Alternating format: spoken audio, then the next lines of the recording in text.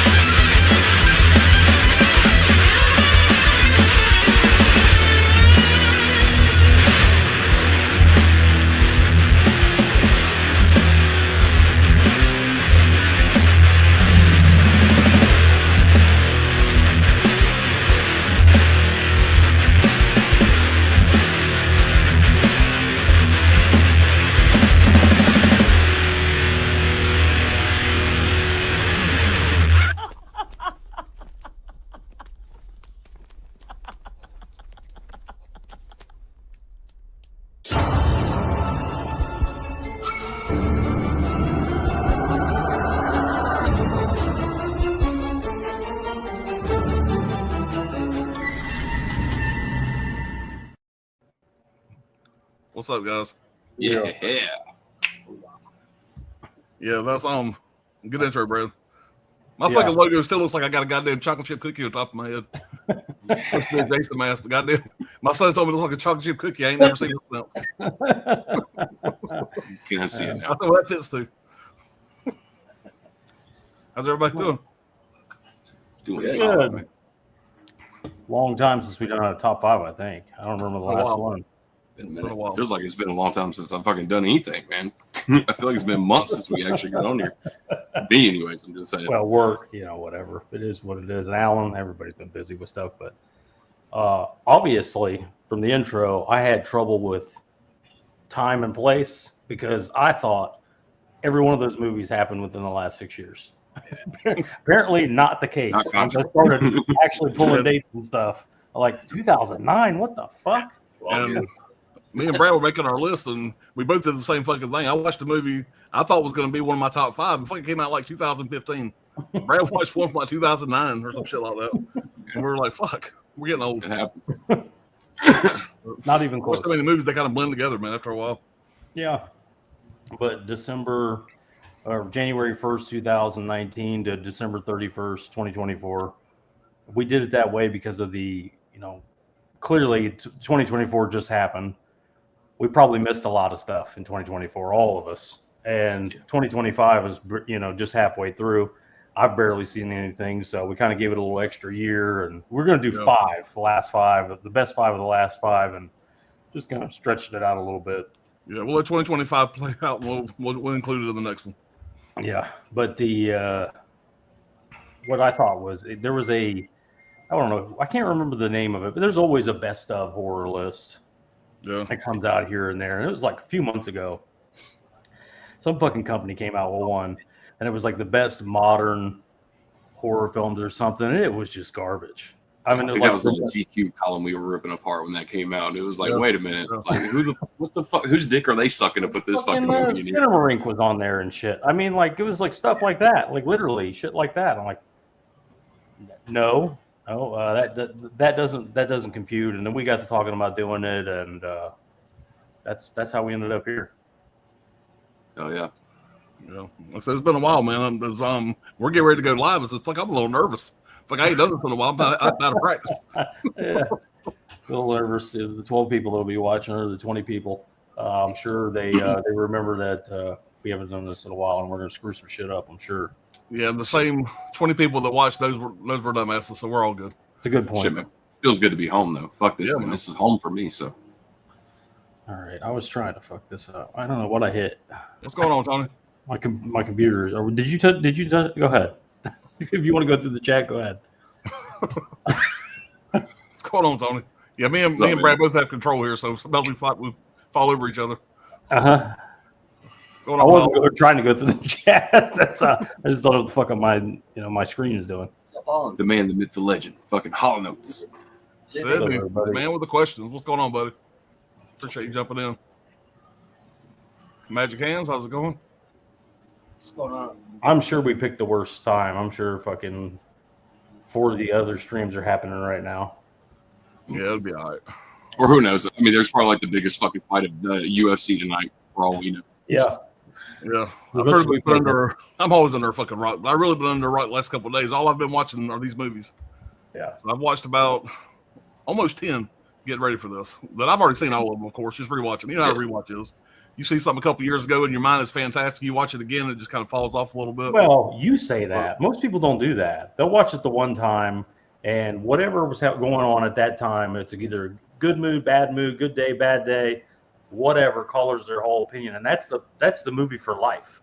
Yeah. They saw it the one time. Whether it was good, bad, or indifferent, they hold that memory. And I get it. People don't have a lot of time. Well, then, I mean, that's fine. You know, but That exact thing you're describing, man, I've been guilty of that shit probably so many times, and fucking every time I'd go back and visit a movie where I'm just like, God, that day was horrible. That movie was shit too. I'll go back and visit that movie. And I'm like, man, fuck, if my day would have been just a little bit brighter that day, fuck, I'd have probably watched this movie 20 times since then. Yeah. Have a little bit of flip perspective on it. But well, and the common thing too starts going around. Like, you know, I really don't watch these guys, but from what I did, these other, you know, like Bluetooth channels, they would all have the same opinion. Something would come out and they would almost parrot each other. Like, yeah, this happened, and then I agree with so and so. The end, this happens at the end, and it's like, yeah, I don't know. Like, I think the first guy may have watched it. It's like a regurgitated thread on Reddit, right? Where it's like you see one, it's like you've seen 1,000. Yeah, exactly. Johnny, this is a subject for another day, but I finally watched your I saw the TV Glow. Oh, fuck yeah. I need you to send me some of the drugs you were on whenever you watched it. I'm telling you, man, you're going to be disappointed too, man, because I'm telling you, I'm holding that bitch up tonight. That's for sure, man. Just because I'm telling you, rewatchability's got to count. I just don't know why I enjoyed it. It definitely stuck with you after it was over with. Sweet. It was weird. It was a weird one.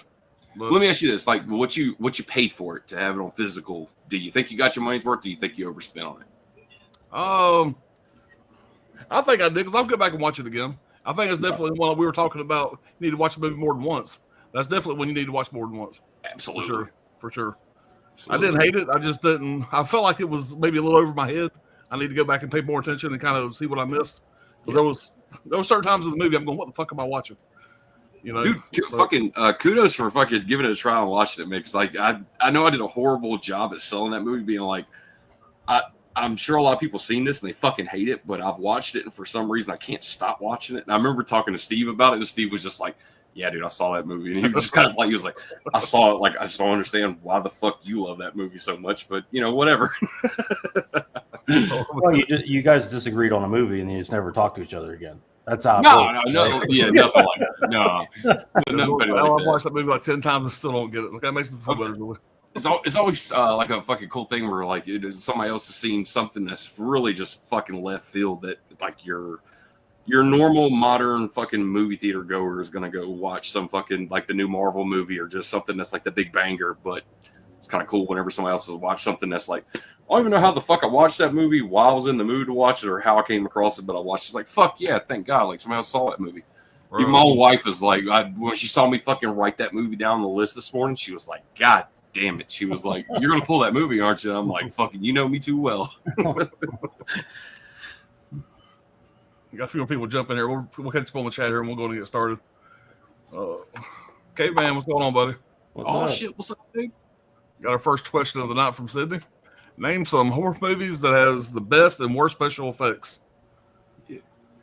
Definitely the best that comes to mind right off the bat, like Pumpkinhead for me. And then far as like worst. Winston, all the practical wizards from back in the day. The worst special effects. How damn, there's so many. It's just like something Vinegar Syndrome released in the last fucking couple years. It'll be somewhere in there. Intruder comes to mind. Intruder as best. Yeah, fuck yeah, man. Worst. I don't know, man. Like, I just watched this. Of course, this is not included in the fucking thing. Hereditary. This is a great movie. This is an all-time great. maybe the worst CGI flies I've ever seen in my life, Oh yeah. and it still doesn't. Add it. It's like polka dots on the fucking screen moving around, but it doesn't color the movie at all. The movie's still great, but Yeah, I don't know what the hell was that. what the I don't know what he was thinking, but it looks they're all different sizes, and I don't know. It's Huge. really bad, Horse flies. unbelievably bad. But It's great fucking movie. awesome that Intruder came to your mind immediately for best special effects. Like, if you even think about that scene too, what's so fucking gnarly about it, what makes it so gory and grotesque too, is the angle they choose to put for the head on the saw. Like, they didn't go for like just the brain or like the neck. They went straight for the side of the cheek where they actually literally had to start cutting teeth as it passed through the saw. And you're like, damn, like they put extra work on that dude that day. You know, he was in like the makeup trailer, like, fuck. You'll never convince me that's not a cadaver or something. Like, you'll never convince me Right. that's not a body getting hit with a saw. Yeah, man, I'll take that fucking scene over Pumpkinhead, dude. I'm gonna steal your shit. Fuck yeah. Fucking sorry, Stan Winston. Fuck, I love that movie though. All right, let's catch up here. Caveman, appreciate it. I would say procure drugs and watch the TV glow again. Yeah, that's what I need to do. What's going on, Hagen? Write it down. Says Hagen. So, man, Back and forth. Double feature, what's going on? Appreciate y'all jumping in. Good job. They're saying hey to them. What's going on? All right, guys, let's go ahead and get started. Let's don't waste our time. I'm curious. Yeah, have Steve go first and then go back around to me and up to Johnny and over. Steve, you're on the clock, buddy. What you got? All right. I don't know. I hadn't really put these in order yet, but I think I'd throw them in real quick. I'll go ahead and go number 5. 2024's Long Legs. Oz Perkins. I don't know. Movie again. We were just talking like this one grew on me a lot more the second time I watched it with like an audience. I remember sitting next to some chick and they were like legitimately getting creeped out at the beginning by Nicolas Cage's character, which when I watched it, I didn't think it was intimidating, scary. I thought it was goofy. Yeah. It creeped her the fuck out, and it was kind of cool. But yeah, I don't know. A lot of people, it's kind of divisive towards the end. A lot of people kind of fell off as soon as it went the supernatural route. I don't know. I kind of leaned into it, and then once you kind of like look at all the clues that lead up to everything, it's pretty cool. Yeah. The rewatch factor is pretty damn high with that one. Definitely. Definitely. It gets better every watch. With the, all It's the very minimal. Like Osborne Perkins said that he wanted to basically do the Silence of the Lambs, and kind of put a twist on it, and that's exactly what he did. A lot of people, I guess, didn't really care for it. yeah, it seems like either people didn't care for it or it's like, oh, it's been here and gone. You know, it didn't, for whatever reason, it wasn't a Terrifier. It didn't have the staying power. You know, it's like people forgot about it already. You know, that's happened with a lot of really good movies for some reason. So, I mean, maybe it is. Maybe we are the old people that are rewatching stuff and people aren't doing that anymore. But yeah, I was very excited to get that in when it came out, to see it again, especially to see in the background and how many times the devil shows up that you never fucking noticed before. And it's clear as day. A fucking shadow appears and then disappears. Right. And yeah, it's just weird that I never, you know, you didn't pick up on it the first time at least. Yeah. There's a million things like that in that movie. The first time I seen it, my biggest, that wasn't a gripe, whatever, but I kind of walked out of the theater wishing I had more Nicolas Cage. I wanted more Nicolas Cage, like, you know, motherfucker fucking doing the alphabet. Just crazy off the fucking, just crazy Nicolas Cage. I was thinking it was going to be more like that than what we got, because he was real fucking weird. Of course, what's even more fucked up is he was basing that character over on his mom. His mom is where he got the inspiration for that character. So he must have had a fucked up childhood. No wonder he's so fucked up. But like I said, I was hoping for a little more over the top Nicolas Cage than what we got. Just a different. I mean, we got over the top Nicolas Cage like we'd never seen before. But you know, traditional Nicolas Cage is what I was kind of hoping for. But he's never played like a horror villain before. Right. Yeah. So this was like, you know, I think a lot of people were expecting a lot. I get why I would expect a lot, but I think maybe too, You also may have seen him too much too. There's some points where it's like, yeah, like him going to the hardware store. Like, why is that scene even in there? It's a funny scene with the Gen Z girl going, Dad, that weird guy's back, that whole bit. But like, if we would have just kind of bookended it with the scene at the beginning and then the scene at the end, it may have been more effective. If you see too much of that character, that over the top character, it might soften it, might make it funny almost. Yeah. Because he's so fucking weird. Yeah. Yeah. But yeah, I loved it. I thought it was great. Starting off I'll go strong. next. I'll go next. Yeah. My number 6, 2023. At least I think I might have got some of these dates wrong because, like I said, I had shit pulled. I was like, "That's definitely going to be in it. That's definitely going to be in it." It's like that's from 2014. That's from 2008. You're retarded. So this was, I think, 2023 Thanksgiving. Eli Roth's Thanksgiving. Jewish director. Apparently, it's not okay to be Jewish anymore. But I liked it a lot. I liked it the first time. I liked it even more the second time. This was a lot of fun in the theater.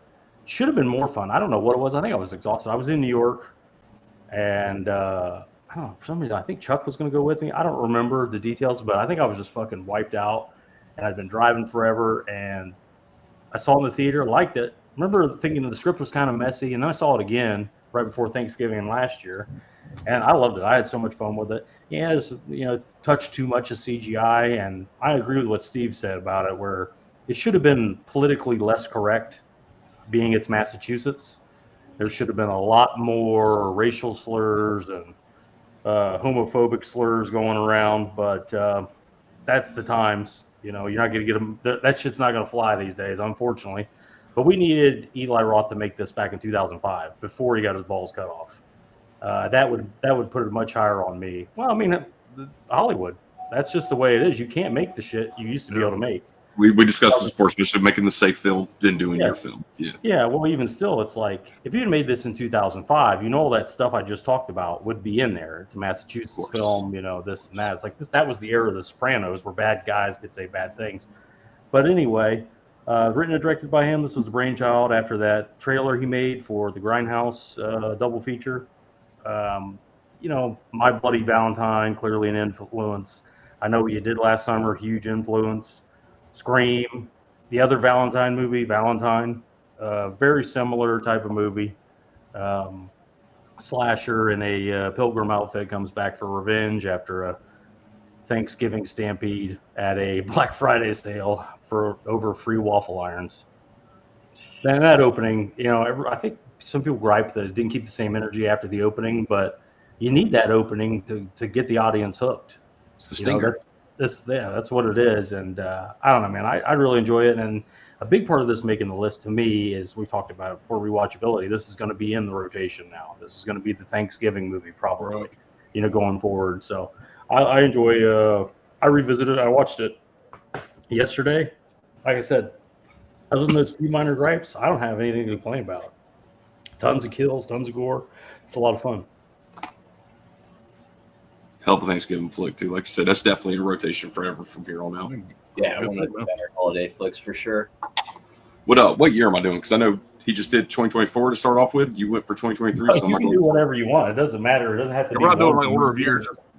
Yeah, it doesn't have to be one from each year. It's anything from the last 6 years. All right. So we're all over the place. Gotcha. All right. I'll go with 2022. It's kind of hard not to. I mean, it's definitely not hard to hold the second part up, which is the prequel. But I mean, definitely 2022. We all of us were excited to finally fucking get to the theater. When this rolled out in March, this was a game changer. It was like I think we all had the excitement from seeing the trailer to the hype, where we kind of knew where it was like, oh man, like are we finally going to get a dose of like what the original Texas Chainsaw Massacre did for everybody? It was like our time to see something roll through like that.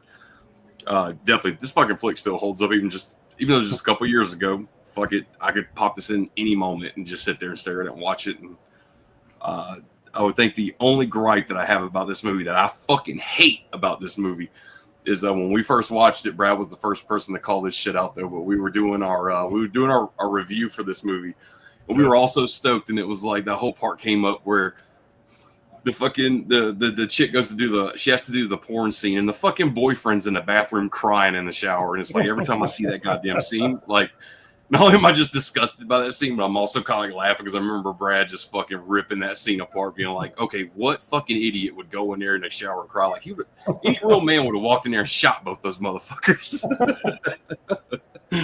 I mean, yeah, how do you let it even get that far? Listen, the car's leaving. You can get in the car. You can be on the team or off the team. Yeah, right. There's a line here. We're not crossing it. But I will say that dude had the best death in the whole movie. Yeah. Oh man, definitely, especially with the blood hitting the fucking the dude, car light, man. Brilliant. Almost kind of like it gives you like an Argento feel too, man, for that shit. Yeah. And it's like, damn, like he. But the same year we got the second part, which was the prequel to X, basically. Which the first go around, I know we was definitely not thrilled by this one going to the theater, but I think now after we can all admit, like after watching this 2 or 3 times, like this is like immediately it goes with it. It's like no problem popping that in either. No one would. So it's almost like fucking the same chick over and over again. Like as long as the mood right, like what's gonna happen. So yeah, X and Pearl for 2022. I'm sure more will be said about that before we're done. Yeah. All right, I bet you nobody has this one on their list. Skinamarink. What's that? Skinamarink. Yeah, Jaws didn't come out in the last 6 years, so I was plugged on that. But this is a movie here. If you like a slow burn, this is a good one. But I tell you what, this is a slow burn. But when you get to the end, it's one of those movies that you're going to walk away from. It's going to stick with you. You'll never find me. That's going to be You'll Never Find Me. Yeah. It's a good movie. I just rewatched this afternoon for like the 4th time, and everybody that I've watched this with, they've all agreed with me that it was one of the best slow burn movies ever. It's a single location movie. It's filmed in Australia. This fucking piece of shit, fucking single wide trailer in the middle of a damn monsoon, big ass storm. This guy's just sitting at the table. It's very, very quiet. Not a lot going on. Somebody bangs on the fucking door during the storm. It's this girl at the door, and the entire movie you don't know. Is the girl fucked up? Is he fucked up? Is the girl the killer? Is he the killer? This is a movie you got to watch more than once because every time you watch it, you're going to pick up on something else, something in the background or something, just different things. But I tell you what, you're going to watch this going, God damn, this is boring. And by the time it's over with, when they hit you with that ending, it's like, man, this thing definitely pays off. I wasn't sure if it was going to make my list here tonight, whatever, but after watching it this afternoon, I got that same feeling of going, God damn, that was good. And there's so many times I'm sitting in my fucking chair. I've seen it like 4 times now. I'm sitting in my chair and I catch myself doing this. Like fuck, it's like fuck. It draws you in, dude. It's very fucking dark. It's very fucking creepy, and it's like you keep on asking yourself, "What the fuck am I watching?" But it's so fucking good.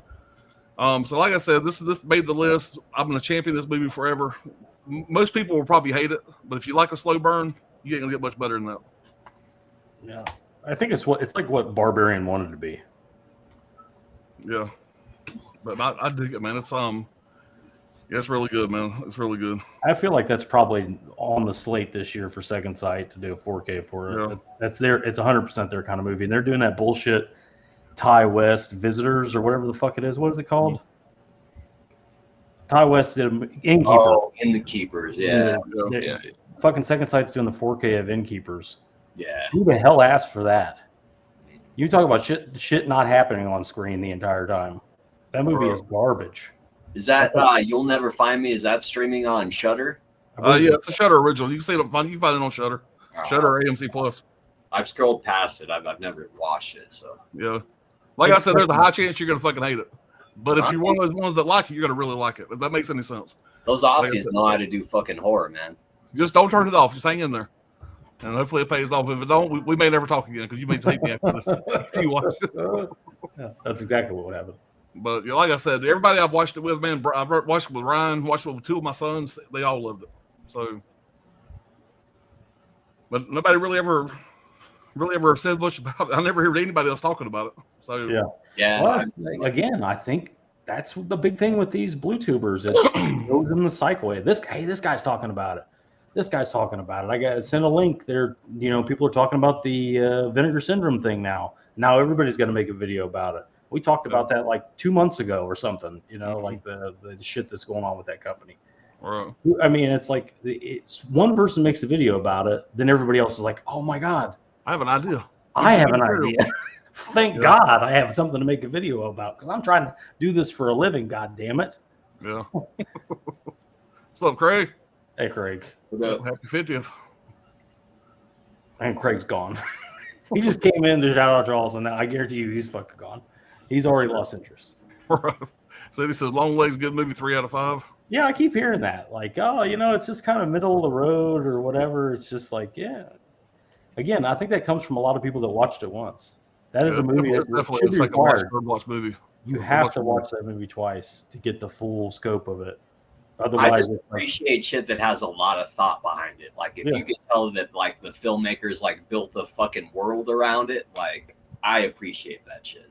It's the effort, and I can tell you what it is. We're used to, okay, Halloween 2018 did great. We need another one for 2019, and we, you know, once the 2019 one happens, let's see how that one does. Oh, that one made money too.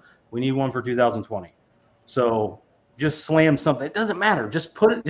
Just shoot it, and we'll make a fucking good trailer and get it out there. This took a long time. This guy had kind of floundered forever. Osgood Perkins. He made a couple movies. They were kind of like lukewarm success. You know, one was kind of a cold hit. The other was like, you know, Gretel and Hansel. I remember probably seeing it, and other people were probably thinking the same thing. Man, like whoever shot this and directed this, they got a good movie in them. But this isn't it. This is not it. And I think he took his time and really flushed this thing out, wrote it, and it's his baby, and that's why it's good. Yeah, Gretel and Hansel was written by somebody else, I believe. Yeah. Longlegs was his script, so yeah, his script and got it work, made it work. Even with in the limited budget, it's a hyper low. But these days, $3 million production budget is nothing, and he had Nick Cage in it for $3 million. It damn sure don't look like a $3 million movie. Sarah's asking if she should watch Long Legs, have it on Blu-ray. Yeah, definitely watch it. So I recently got April Fool's Day and Alice Sweet Alice. Both good movies. Alice is a great movie. Cities of X was good, but not great. 3 out of 5. Sydney's a tough critic. Again, that's another one I heard where it was just like, yeah, it's good. It's not that good. I don't know what everybody's getting so excited about. That's like the cool thing, by the way. Like the kids are like to be unimpressed with everything. It's like, grow the fuck up. You're 40. Stop acting like you're 13 and everything is beyond you or beneath you. I had fun with it. Everybody I know had fun with it. Everybody else is just like, all right, everybody calm down. You know, so these kids on here, like, everybody calm down. It's not that great. You know, it's like, oh man, like breathing. God, it's so overrated. Breathing. Like, okay. Breathing. Okay. God, getting late again. I've already done this once. Jeez. Spare me. What? Question number 2 from Sydney. Name some horror movies that are fast-paced but not a slow burn.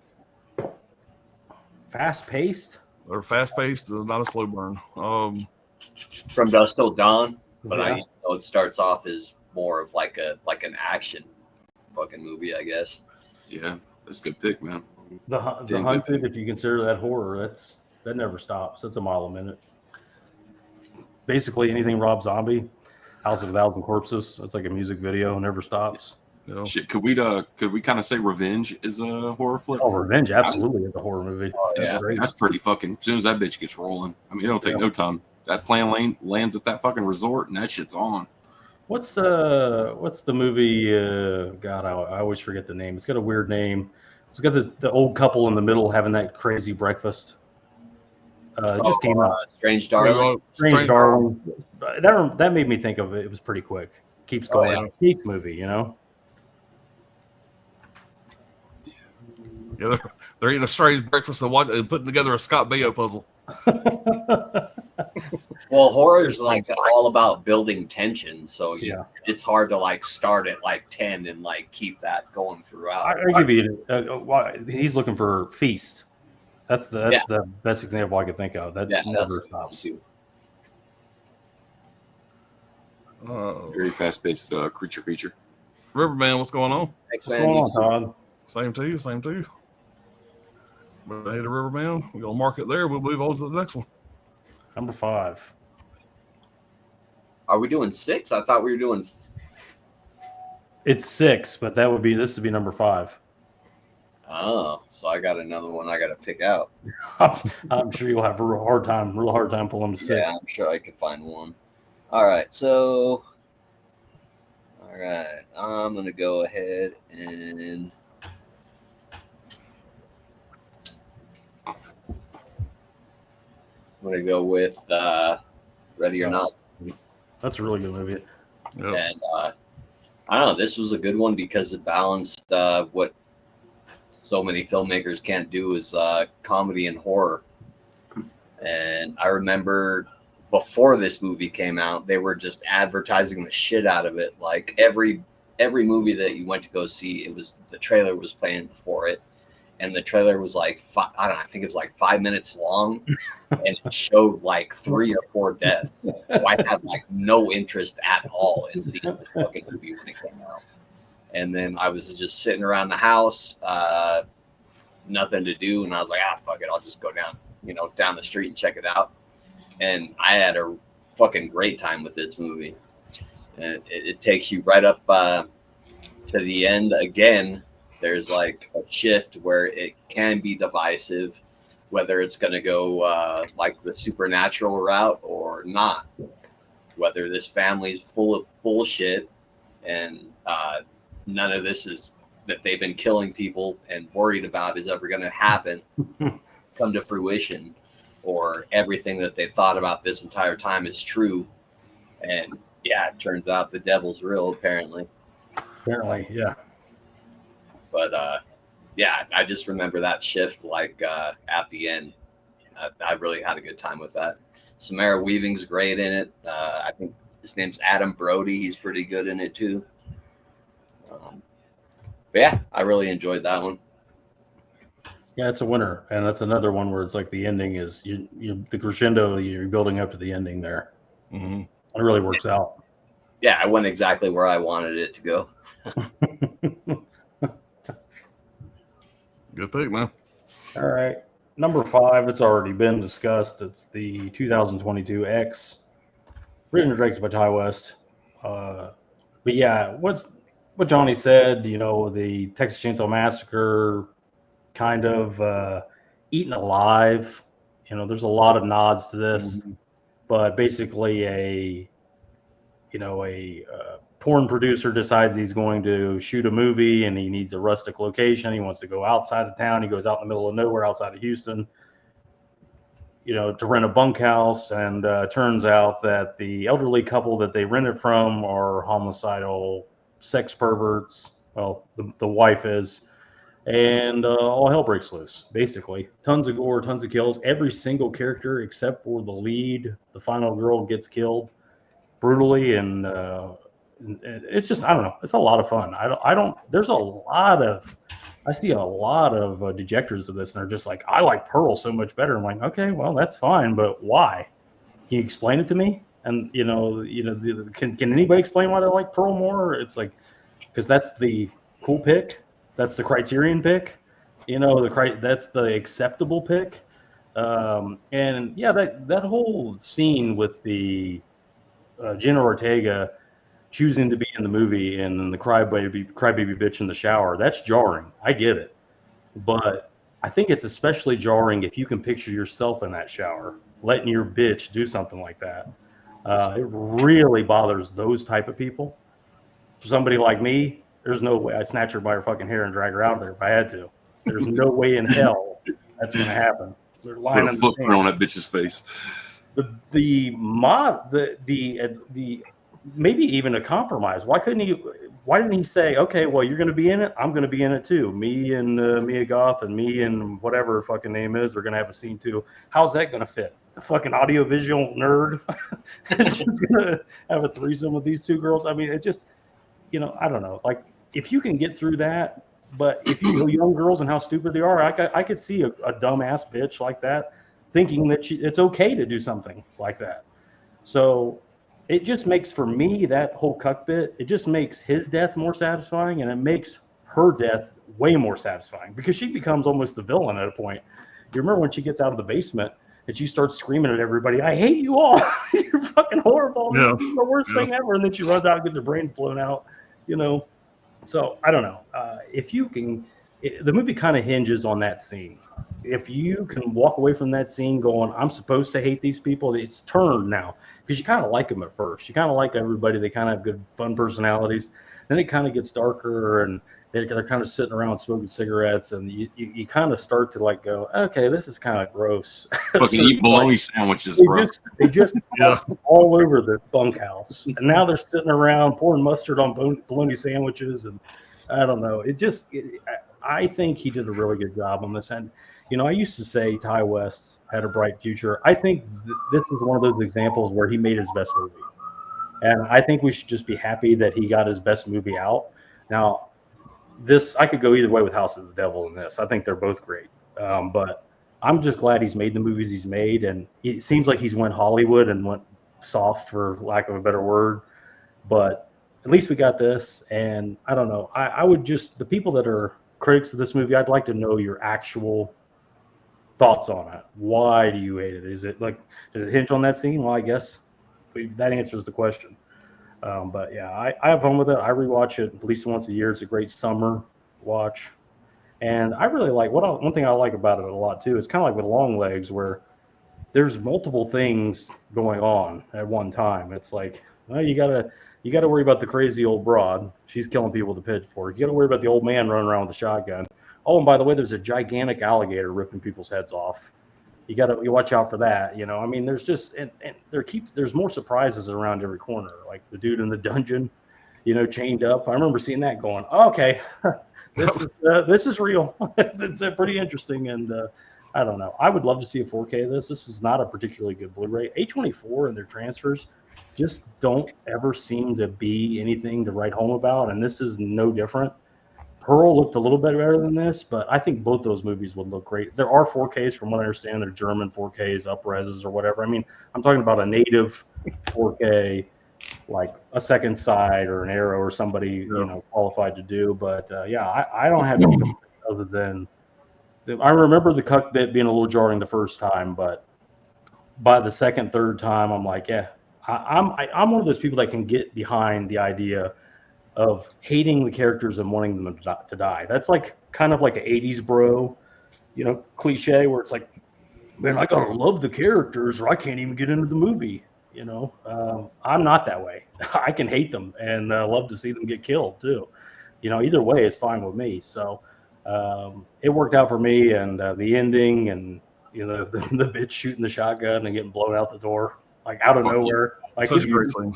you're watching the movie, it's so grounded. The whole movie's very, very grounded. There's no eye roll moments, nothing's like that can't happen or whatever. It's all very, very. The old people are having trouble getting around, and then she shoots that shotgun, and the recoil blows her out the fucking door, and like a comedy, you know, thing. I don't know, man. I just, yeah, I really liked it, and I'm glad that we got it, and a very non-typical movie, and hopefully we get more like it in the near future.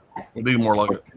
Fucking old man with a bad heart getting on top of that old bitch to give her one too. When do you see a sex scene with two 80-year-olds? Fuck Graphic sex scene like that. Yeah, fucking grandpa laying that pipe, man. He don't give a fuck. Fuck that heart. His dick still works. All right, fucking 2023 right here.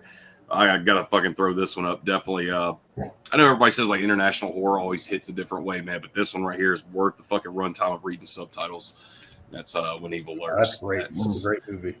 That fucking movie's a banger all the way. If nobody hasn't watched this, and you're even a person that's like, God damn, like I hate watching a movie with subtitles in it, especially in a foreign language, this will definitely pay off for you. As soon as it opens up, the creep factor is already dialed up.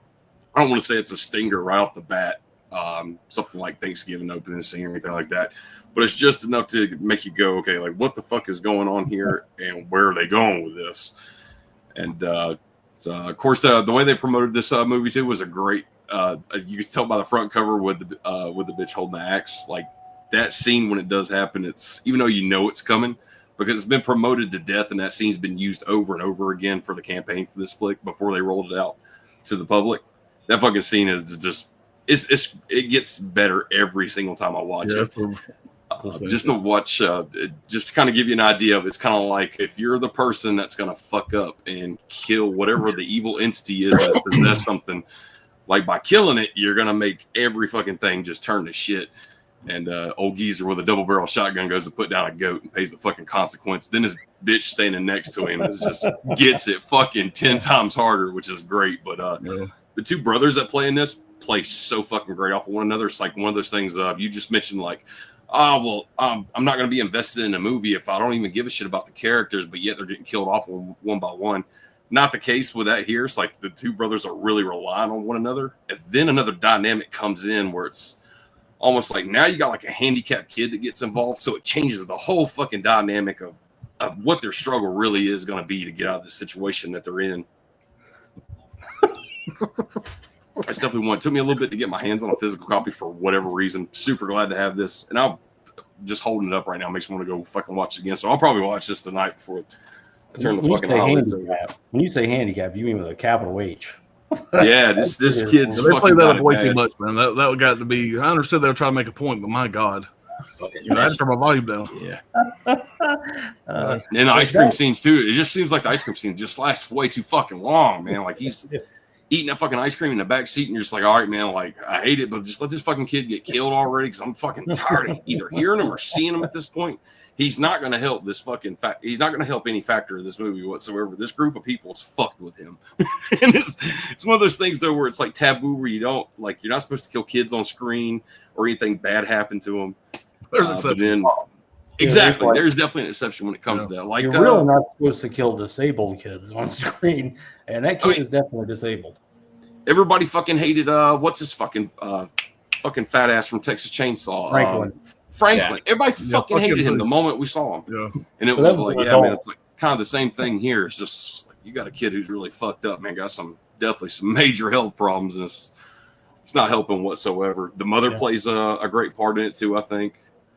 She's a fucking horrible dynamic that really slows him down pretty much, but plays into it really well. That's a really well written script, and the way they fucking film that thing is just executed perfectly. That's definitely one of my.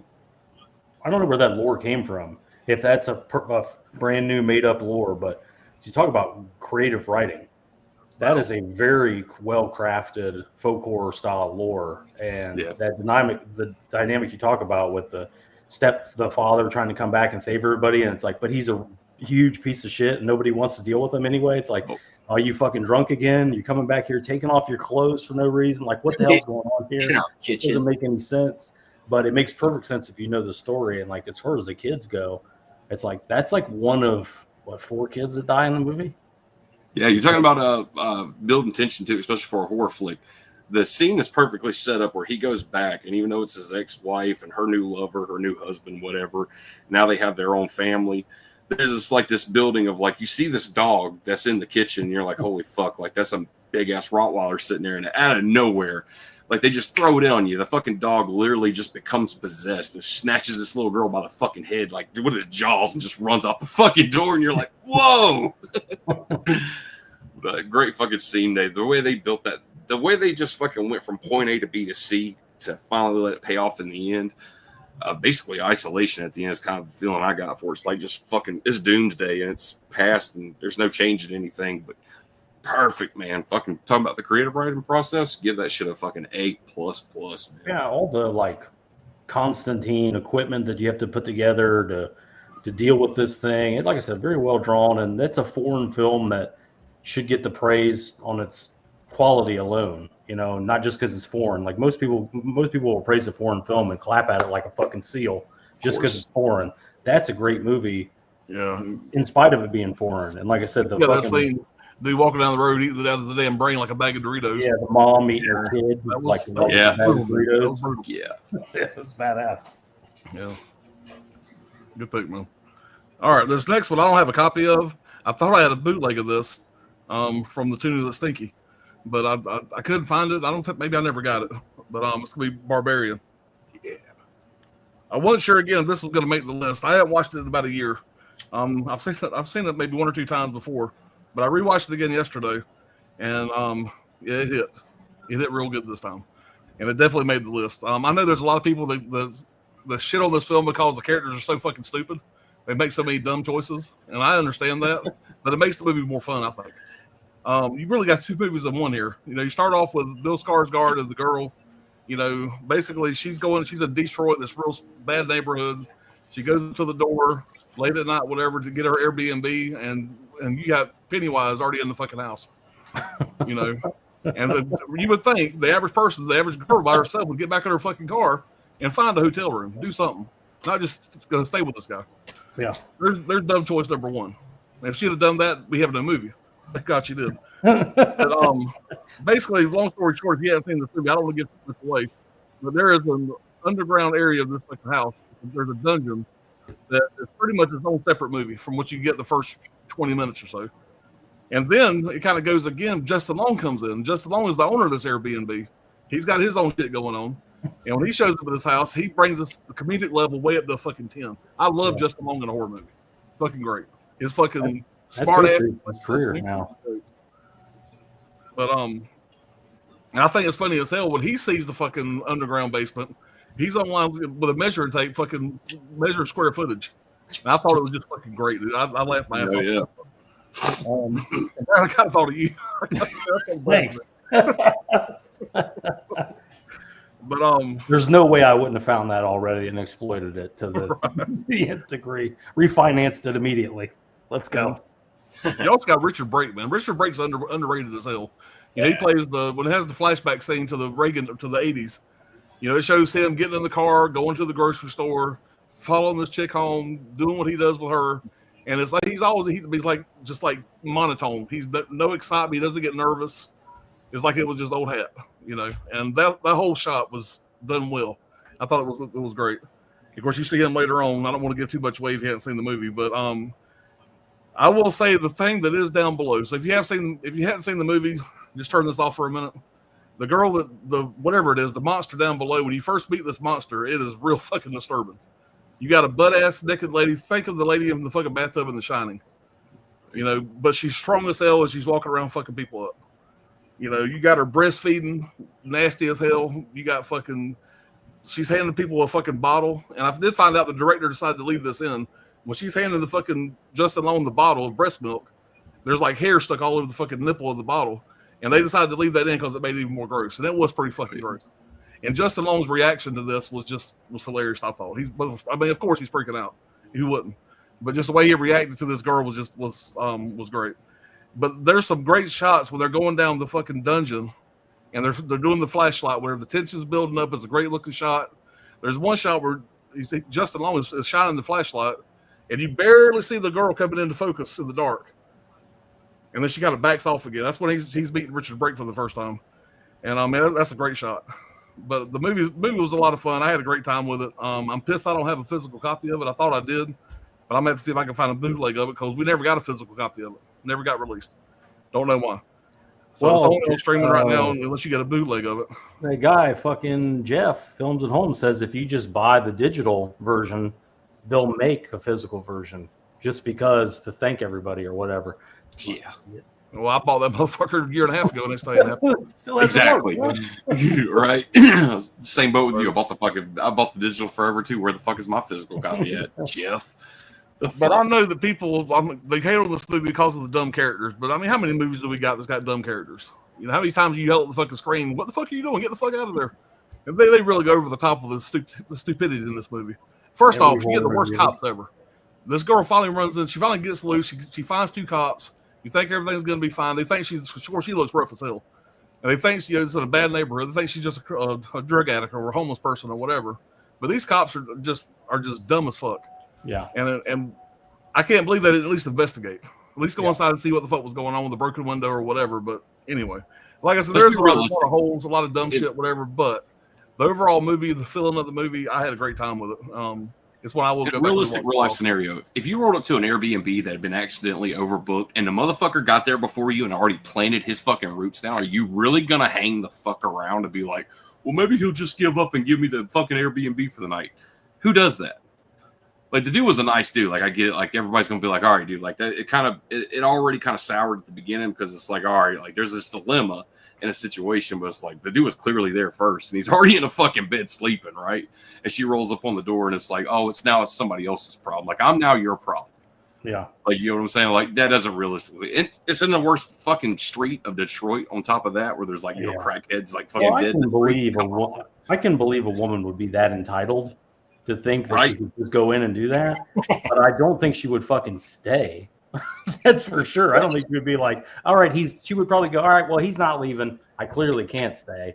I'm going to go leave. First of all, don't go to Detroit. That strikes 2 and 3 right there. And then 2, why would you book an Airbnb by yourself? Are you trying to be murdered? Exactly. Raped and then murdered? You can't drink the fucking water there, right? I mean, come on. It's Flint, Michigan, but still very close. There's holes. But the same people that argue that the plot holes kind of ruin it are like the same people that argue, well, Bruce Willis would never be an astronaut in Armageddon. It's a fucking, it's a movie. It's not. I got. Here's the other people that are playing astronauts. I'll clue you in. They're not astronauts either. They're actors because it's a movie. Yeah. So. Can you imagine Buscemi being like a real person who works at NASA? Like, that'd be fucking crazy.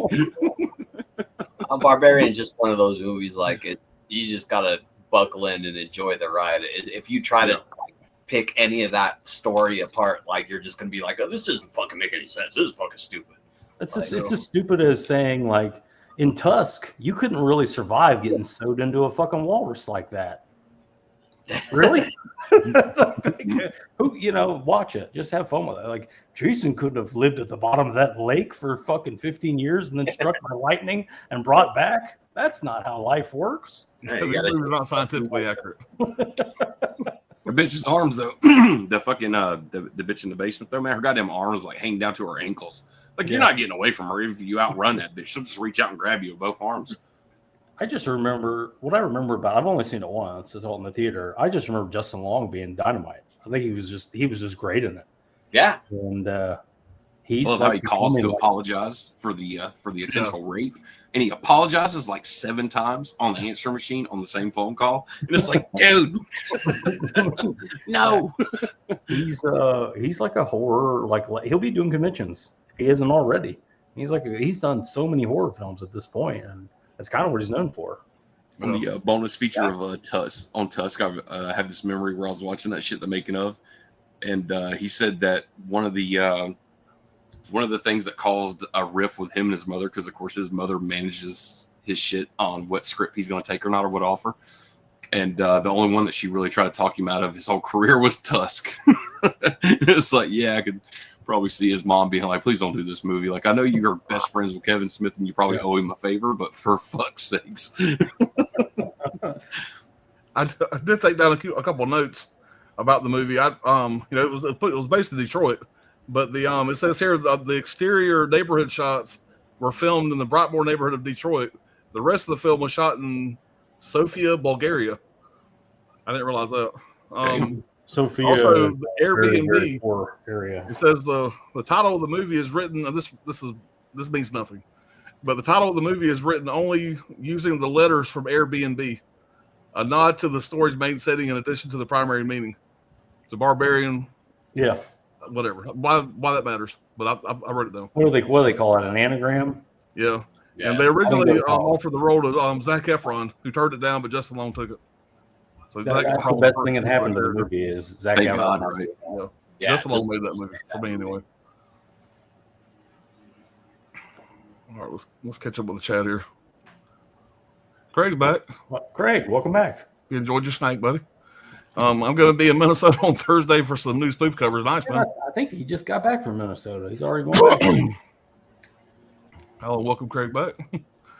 Riverman said, Mia Goth looks like she is part of the Manson family, but she's still a babe. Yeah, no doubt. Does have that quality. Like I could see Rob Zombie putting her in stuff. Yeah. Yeah, the overall she had on worked. That worked. Yeah, if she ever does or if he ever does movies again. Everyone says Maxine is hot garbage, but I love the first two. I was so disappointed in Maxine. I've only watched it the one time. I still haven't went back and watched it again. So I don't know if it's going to grow on me or not. But the first time watch it was a letdown for me. Oh, I hated it, and I'll rewatch it. But my mind's pretty much made up. Yeah. It's a great Yeah. scene at the very beginning of Maxine. She's sitting in front of the mirror. She's got that big ass cookie jar full of cocaine sitting to the right hand side. Opens the lid on that bitch. She's like, I'm gonna be a star. She snorts like 6 grams at once. Like, god damn, bitch, you gotta die before you turn into a star. Well, she's been doing this for 10 years, and it has not affected her at all. She has the constitution of a fucking bull. You know, she doesn't have a problem with anything. Bull. She's kick-ass. Bitch got a nose like a fucking Hoover vacuum cleaner. Her nose would be caved in like fucking Artie Lang at this point. Right, no sinus cavity left. What's up, Chris? So, Chris, Appreciate it. So, Chris. Ribbon says, still need to see When Evil Lurks. I'll check it out, but I think you'll like it, man. Oh, you'll like it, man. I mean, who's to say? But it's definitely quality foreign film. Nick says, what's up, Nick? Have y'all ever seen the movie Mutant with Wings Hauser? No. I think so. Cindy says, question, name some horror movies that you hate with a passion because of the acting and writing. We have a stream coming up where we're going to cover that. So I would let's skip this one for now, Sydney, but stay tuned. Yeah, put that on the back burner for a little bit. Chris, I see you pops with a double deuce. Yeah, man. Bunch of haze back and forth.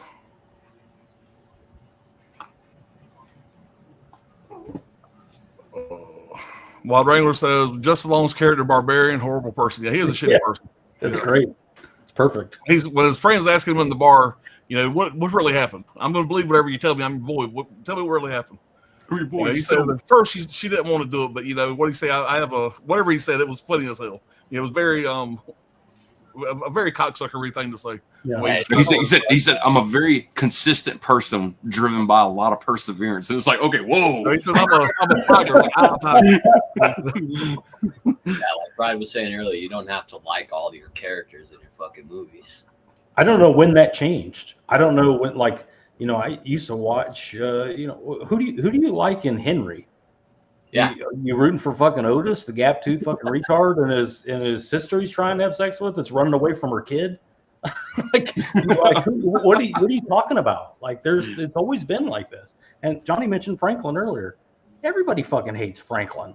And by about the halfway point, you start to hate Sally too. She's so fucking annoying. When Franklin and Sally are screaming at each other about the fucking flashlight by the van, just kill them both. that's me at that point. So, like, I don't know. Grow up. You know, I understand that everybody was a kid in the 80s and they missed those times when they were better and things were better and everything was, you know, now you're old and ugly like the rest of us. Rewatch your childhood movies and grow the fuck up. Well said. Your words of wisdom right there. Are you watching the new 4K scan of that? I'm curious. I didn't buy it because I got that fucking Steelbook box set. I said I'm never going to buy those movies again. But supposedly they got a new Atmos track on this, and It's already starting. I ain't got He's already starting to talk himself into it. You know, like that movie, especially the first one. I wonder if it benefits from 4K. You know, the scenes with the humans and all that stuff. I wonder if the effects and all that. I wonder how that holds up in 4K. Well, I got the 4K here. It just doesn't have Dolby Atmos, Mm. and it looks fantastic, whatever. But I'm really curious about that new Dolby Atmos track. I don't want to pay $60 for that 3-pack on Steelbook, whatever. And I got a nice Steelbook set. And you know, there's going to be 15 more movies too. But Yeah. you know, it's like, did Spielberg go back and do kind of a venture and kind of touch some things up on the 4K? Is what I wondered. You know. Yeah, I'm not sure about all that, but I know it does look good. When Evil Lurks is a good one, even though you know what's going to happen with a dog, it's still terrifying. I don't know. I wasn't sitting there going, "Oh, that dog is going to eat that little girl and run off down the street." I wasn't thinking that. I know Isn't you. there a release of that movie now? It's got the dog on the cover. It's is the that- little girl and the dog. Second Sight just put out Okay. 4K. While Reynolds says Justin Long, good actor. Yeah, I like him. Chris, I saw Barbarian in the theater. Was a good one. When he stalks that lady, is very Henry. Yes. Henry-esque.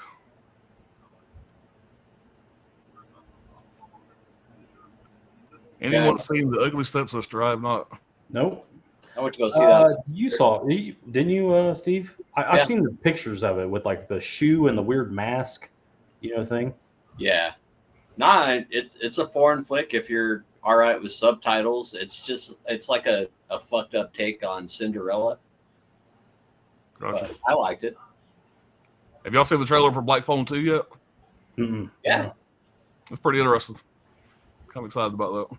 I didn't like the original, but that looked pretty Oh, you cool. didn't? I thought it was all right. Only seen it one time. I finally own it now, but I need to watch it again. Chris said the actor and barbarian I first saw in Doom also is in Mandy, the dude with the tiger. They went north. Yeah, Richard Brake. He's Yeah. he's again another big horror. He's been in Yeah, a he's done some good stuff. yeah, everything Rob Zombie. I think he's been in every one of his movies. Yeah. He's got the fucking scowl. He's got the face. Yeah. Mia Goth is great in Infinity Pool. That's her best performance, in my opinion. I've never seen her in anything bad, but I would say her best performance is Pearl. Girl. Acts her ass off. Chris, yeah, Close Range. I love that movie. Crispin Glover's character is on that Scarecrow. It's like their best performance ever. Yeah. Yeah, Close Range is it's a good movie. I You was wanna see more a movie talking with Crispin about Glover. Go watch The River's Edge. Crispin Glover's fucked up in The River's Edge. Willard, pretty good in that too. But I was talking about Mia Goth's monologue at the end of the movie, you pervert, not the fucking Scarecrow bang scene. Or her bathtub scene with her dad. Ugh. Mary, what the fuck is that? Why is that in here?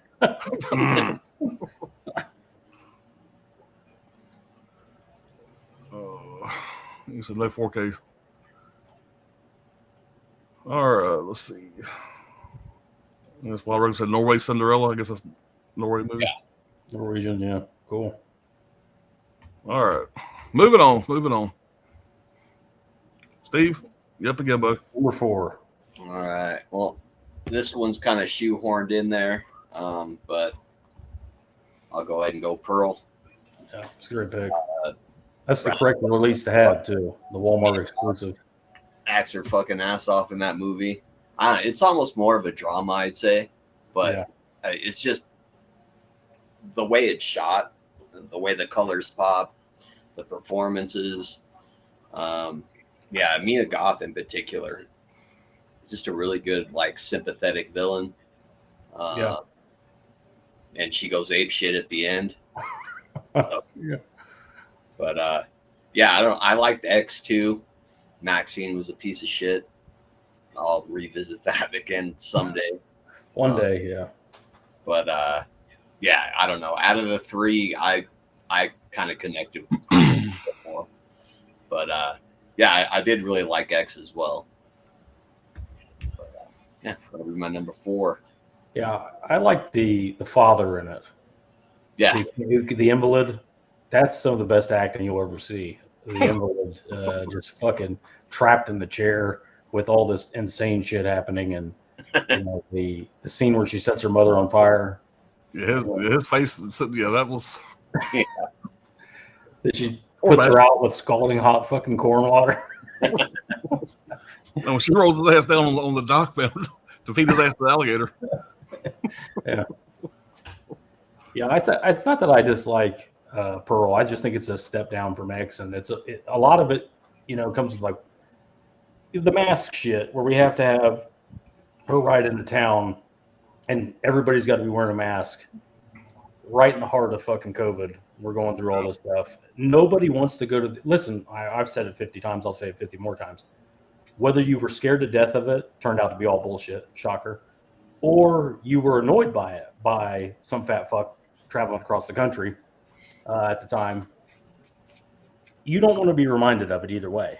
And that movie, for all time, every time you go back to it, you have to sit through the part where she rides into town wearing a mask for no fucking reason, because nobody's near each other, and she goes and watches a movie by herself with a fucking mask on. I don't know. That felt like a deliberate, like a woke kind of push. And that movie's co-written by Mia Goth. It's not solely written by Ty West like X is. So, you know, that stains it for me forever. But I still enjoy it, and I kind of reject, like, there's a lot of people now coming out with it like it's beyond horror. That's like even beyond elevated horror. It's like that's just something that should have won an Oscar. That's a new thing. Like I see Mia Goth saying that about other movies now that are clearly horror. And she's like, yeah, that's not even horror. Like they're pulling the Silence of the Lambs shit with it. You know what I mean? Like that's not horror. So it's okay to like it, kind of thing. Very little pisses me off more than somebody saying elevated horror. That's the worst thing in the fucking world, dude. Yep. If I were all a bunch of goddamn walking monkeys, this is elevated horror. This is above your head. Go watch Jason kill a big titty teenager. Yeah, you're stupid if you like that. You're stupid if you like something lowbrow. Like me and Steve were talking. I sent him a clip from some fucking pig talking about horror themes. Oh, I don't remember what was the bitch's name. You know the bitch's name off the top of your head? I don't. I don't know. Disgusting Sal 99 on fucking Instagram. Whatever her name was. Anyway, she was talking about like the Invisible Man. Well, if you like the Invisible Man, it's probably because you had relationship trauma that's left over and you connected with it, and it's really about gaslighting, or it's about a billionaire in a fucking invisible man suit killing people. It's not everything has to be some. You don't have to attach your identity politics to every fucking thing in some way to get some enjoyment out of it. Again, grow up, lose about 200 pounds, find some dude and have a baby and shut the fuck up. Anyway, that woman that irritated me so much. I can't even tell you. But I think Steve knew her, or knew who she was. I don't think he knew her, but knew who she was, and he explained, yeah, she does stuff like that. It's like that kind of fucking pig. But anyway, my next one, spoiler alert, as I'm waving it a fucking round like random on some fucking fat girl, the Midsommar, number 4. This could have been higher, man. I've rewatched this. This is the 3rd time I've seen it. And every time I watch it, it's Ari Aster. Something about Ari Aster's work is like every time you watch it, it gets better. And I watched the director's cut. Now it's the only cut I watch. There's about one scene I think could go. There's a scene where they pretend to throw a little girl in the water and they don't, to kind of give like a redeeming arc to Florence Pugh, to make her think that things are okay. It was clearly fake and staged, and that was kind of the point. But they could have left that out. But other than that, man, I think it's, it's a solid 2.5 hours, and it's that kind of movie. It's a long folk horror movie, but written and directed by Ari Aster, 2019. It follows the most toxic age age group in the whole planet. People say the terrible twos or the terrible teens or whatever. No, the pre-adult age, 18 to 22, the pre-adults, the college age kids. That's the worst demographic on the planet. And I take particular pleasure in watching these fucking kids who think they know everything get utterly obliterated by this fucking pagan cult in Norway or wherever the fuck it is. And I don't know. I think a lot of detractors don't like this movie because you've got to love the characters in their mind. There's not one likable fucking character in this movie. It's the constantly virtue signaling, pretentious, easily triggered, know-it-all brats that are in college that get the opportunity to go to, I don't know if it's Sweden, a Scandinavian country, to see their foreign friends' homeland and experience their culture.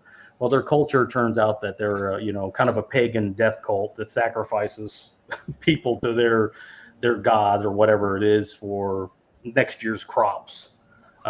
This is another movie where if you pay attention very, very closely, you can pick up a lot. I don't particularly care for this gigantic release, but it's a great 4K disc. It's actually a really good 4K from A24.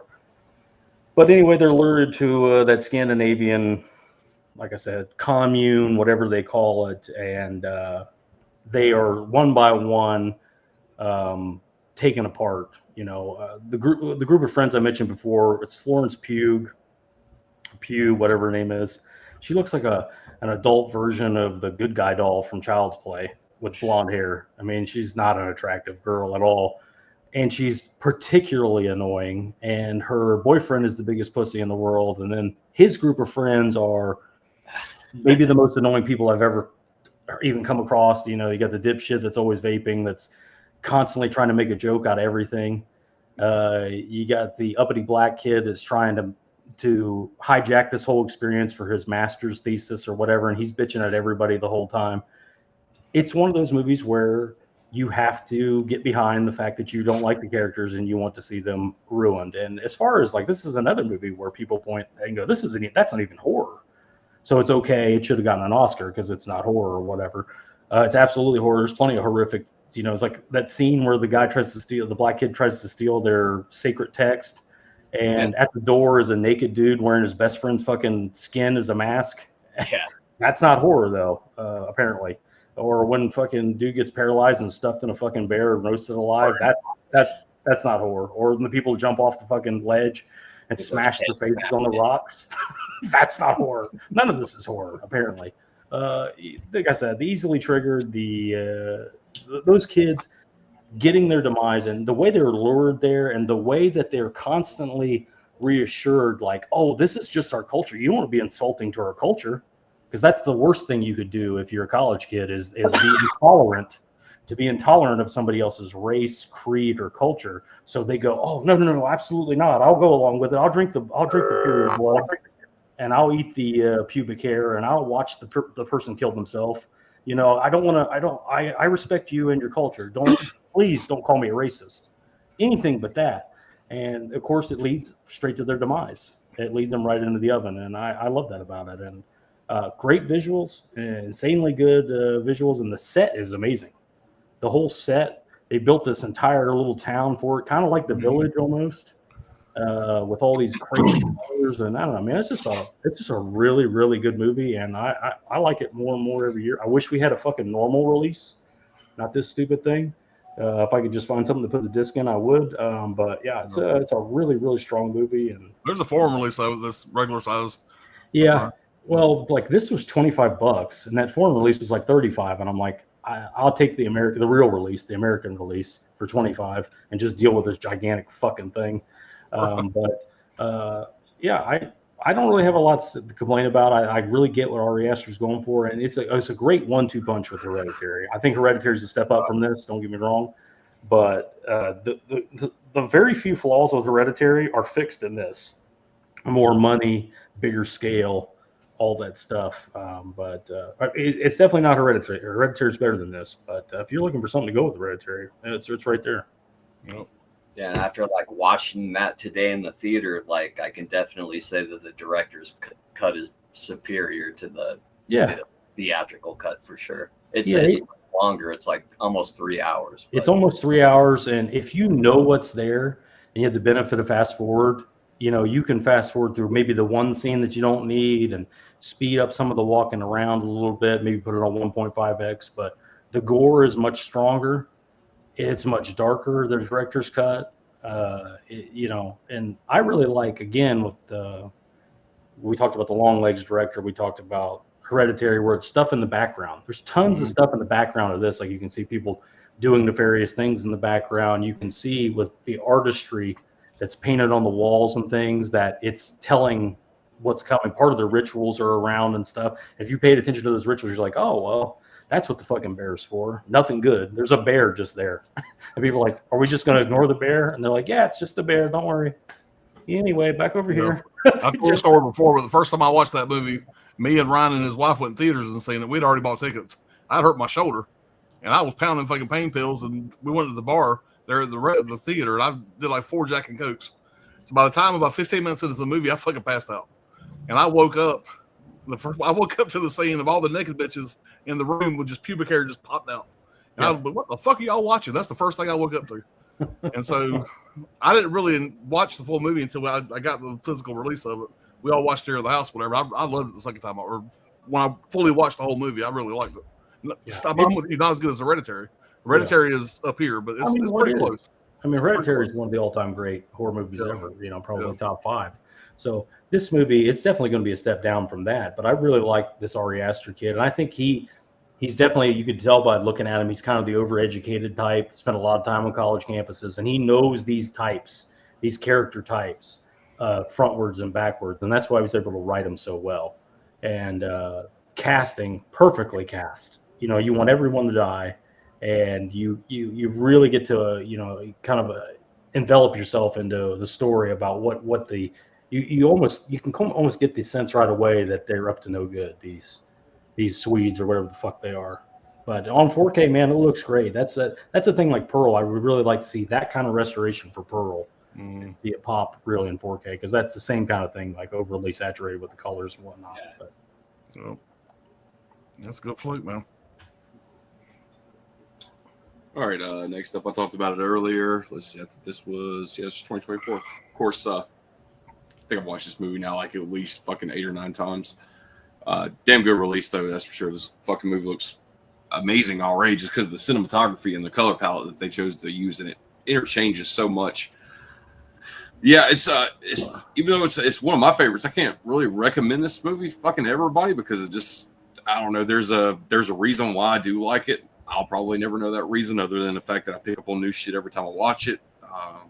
It's not like a movie I have to be in a certain mood to really go back and watch it. Like I can pretty much, if I can't find something on HBO Max and I see this still sitting in there, I usually click on it and just watch it anyways. But definitely a fucking movie that I had no idea what it was going to be about or any premise whatsoever going into it. And by the time the credits rolled on my first watch, I immediately wanted to go back and watch it again. But the basic concept is I mean, it's I don't even think you can really justify. It's basically a coming of age story, but it's almost like a coming of age story on Molly, basically. It's like I don't know, like maybe a middle school kid and maybe like a freshman girl. He comes over to her house. They're like really odd misfit kind of kids. He gets kind of sucked into this fucking like almost kind of like a Nickelodeon show that's like they're really big fans of. Kind of like reminds me of like Are You Afraid of the Dark kind of thing, like a throwback to that for like, I don't know, just to have some nostalgia and retro for people probably my age watching this. But they become super fans of it, but it's really clear to see right off the bat that there's some mental health issues, especially with the girl who's obsessed with this shit, with the show that she's pretty much introducing to him. And he has like this really weird family dynamic too. I think Fred Durst even plays a stepfather in this movie, which it took me a couple times watching this to realize. I'm like, wait a minute, is that fucking Fred Durst? Sure enough, it was. But the kid who's there's kind of like a time lapse in there where time kind of fast forward by a few years. So the age gap is like you get to see the kid who starts out the movie he gets a little bit older. So you of course see a new actor step into play. The kid who steps into play to play the older character kind of really does it for me because it's just, I don't know, there's just something about him where it's kind of hard to put my fucking finger on it, but he's kind of so damn gullible and dumb. But then again, like you can't help but kind of see like where it's like, damn, like this kid's like just pure innocence and he's being thrown into some weird situation where he made friends with the worst person with mental health problems. But like I said, I don't recommend it to everybody, but if you can watch this shit for free, I think it was on HBO Max not too long ago still. That's how I got to watch it for the first time. And man, getting a physical copy of this shit was a fucking bitch a couple months ago when I went to try to look for it. I don't know what the hell it is about it, but there was like this like I forgot the Amaray case version of this. And for some reason that version was like fucking, I think it was like $55-$60. And I think I got this one actually from the A24 site itself for like $29.99 or some shit. I don't know why they're priced like that. Even Amazon had it marked really weird, but before you go buy this movie or spend money on it, try to stream it somewhere. Don't try to watch it for free first, because I don't want to be that guy to be like, everybody's got to see this movie because it's fucking life-changing. It's not. I assure you, my wife, even every time she catches me watching this shit or talking about it, she's just like, God damn it. Like, and all the people in the world who would like something like that, I figure you'd be the last person to like a movie like that. Like I said, I can't explain why I like it so much, but for the rewatchability of it, I say definitely out of last year's newer films, I should say. Yeah. This is my. I collected all the A24, so I had it on my shelf. And when you were pimping it the other night, I said, damn, I guess I need to watch that. So I finally broke down and watched it. I didn't hate it. Like I said, I just need to watch it again. Yeah. Or, partake a little more before I watch it. Wake my mind up a little bit. Yeah, we touched on this one. It's also very divisive. It's not like I don't want you to think I'm recommending it to everybody, but this is the key part right here. Yeah. This is the version, and it's kind of tough to find this version. That's it does make a huge difference. Yeah. I know you're thinking, if somebody's watching this before the theatrical cut and going like, I couldn't stand that. How could it be that much different? It's actually quite a bit different. the director's cut, but maybe you wouldn't like it anyway if you watched the director's cut. You know, the But sad you're part not- is I've watched that movie, man, like 6 times. I love that fucking movie. Like the opening part of that movie is automatically like that sets the tone for it. Where it's like, goddamn, they opened up that movie with basically that girl's sister like killing off her parents the way she did it. Mhm. It sucked me right in, and I love that movie. I've never seen the director's cut, not once. I own the theatrical one, but never seen the director's cut. These days, like you can get that release for cheap because they printed the fuck out of it. We've told the story before, but they It printed. was the in fuck out of Walmart there for a minute, right? it. It's still, I believe, at Walmart. I mean, you can get it for $25, and that disc alone to me is worth $25. And I'm really glad I stuck it out and waited for a good release to rewatch it on 4K and the director's cut because it really does improve the movie. Again, it's divisive on its own. You may not like I it. don't Anyway. know if that foreign release has the director's cut on it. There's a foreign release that has a director's cut, but it was I'd look at mine, significantly more expensive than this, Yeah. the American version, and that's what Gotcha. I went with. You got to find somewhere that's like, let's say, they're streaming it digitally. 9 times out of 10, most likely you're probably watching the theatrical cut. As Theatrical opposed to cut. That's the problem with it. Like even if you stream it illegally, you're going to get the theatrical cut. That's Gotcha. why I went out and bought the director's cut, and I waited for a long time because I was like pretty much with everybody else when I saw it the first time in the theater. I was like, yeah, I liked it. It ain't no Hereditary, but a little slow, But I want to rewatch it, and then I heard about this director's cut and didn't want to pay $50 for the fucking Criterion thing. That thing is what it is, not Criterion, A24. I didn't want to pay $50 for that. So once it went down to $25, I was like, oh, I'll pick it up. I'm glad I did. If you Oh, like yeah. the movie a little bit, it's worth owning the director's cut. Yeah. Yeah. How much time If I did don't you have say the it director's cut on, I may grab that. What? release. Like a half hour? No, Yeah, it's, it's a half hour longer. I don't know exactly how long the theatrical cut is, but this is a good 2.5 hours. Theatrical is 2 hours, 28 minutes, I think. Okay, so it's longer than that then. From what I remember, this was significantly longer, but I don't know. It's not one of those movies. Like if you're into folk horror, which that's not for everybody. That's the thing. This is not Child's Play. This is not a folk horror movie. Is really like a dreadful, long, drawn out. It's a long slog of a movie. That's just generally what folk horror is. And if you can't get behind that, then if you don't like folk horror, you won't like this because it's a textbook folk horror title. So definitely safe to say that all the additional material that is in the director's cut has this benefit for it being there. Not really like that should have stayed on the cutting room floor. Maybe 1 or 2 scenes actually paid off, but the rest is kind If of. they're the same length, which is what Steve's telling you about the same length, then it's totally different from what I remember. Because I don't remember there being this much gore in it. I don't remember being as dark and as brooding as this director's cut at all. It's more character development for the most part. Yeah. Okay. All right. My number 4, I think this is Strange Darlings. Fuck yeah.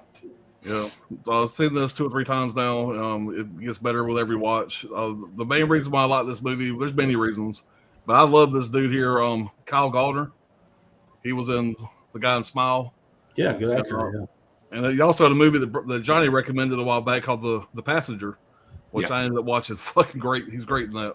Oh, I'm glad you love it, man. Yeah, it was That just was good. a Also, weird Dinner in pick one. America. If you haven't seen Dinner in America, that's another fucking great movie, dude. Fuck Great yeah. movie. But yeah, this guy, man, just keep your eye out for Kyle Gallner. He's going to be a big one, I think. But he's fantastic in this. Basically, this one here, this is kind of done kind of in a Pulp Fiction type style. You get a total of like 6 chapters, and it starts off with chapter 3, and then it goes to chapter 5, chapter 1, chapter 4. So it's one of those deals where it kind of pieces everything together in a different order. And I think it's done really well. It's really fun. You got a really good cast here. Kyle Gallner. The girl that plays the lead, she's called the lady, is Willa Fitzgerald. I don't really know her from anything else, but she did a good job playing the role. She plays a really good crazy bitch in this. Randomly, you have Ed Beagley Jr. is married to Barbara Hershey, and he's making the most unhealthiest fat guy's dream of a fucking breakfast. He starts off making some scrambled eggs, making some eggs, and makes some fucking pancakes, and just pours goddamn syrup and all kind of. It's like they're just mowing this shit. And they're putting together a fucking Scott Baio poster or a puzzle. Just really fucking odd, but it works. Whatever reason it works. But there's a twist in this, but I don't want to say it because it was going to ruin the movie. You've never seen it. I'm not going to say the twist, but let's just say you start off kind of thinking one thing, and it goes a complete other fucking direction. And but I think it's done really well. It's just fun as hell. Me and Ryan watched this for the first time, and it fucking blew both of us away. I loved it immediately. Basically, the movies.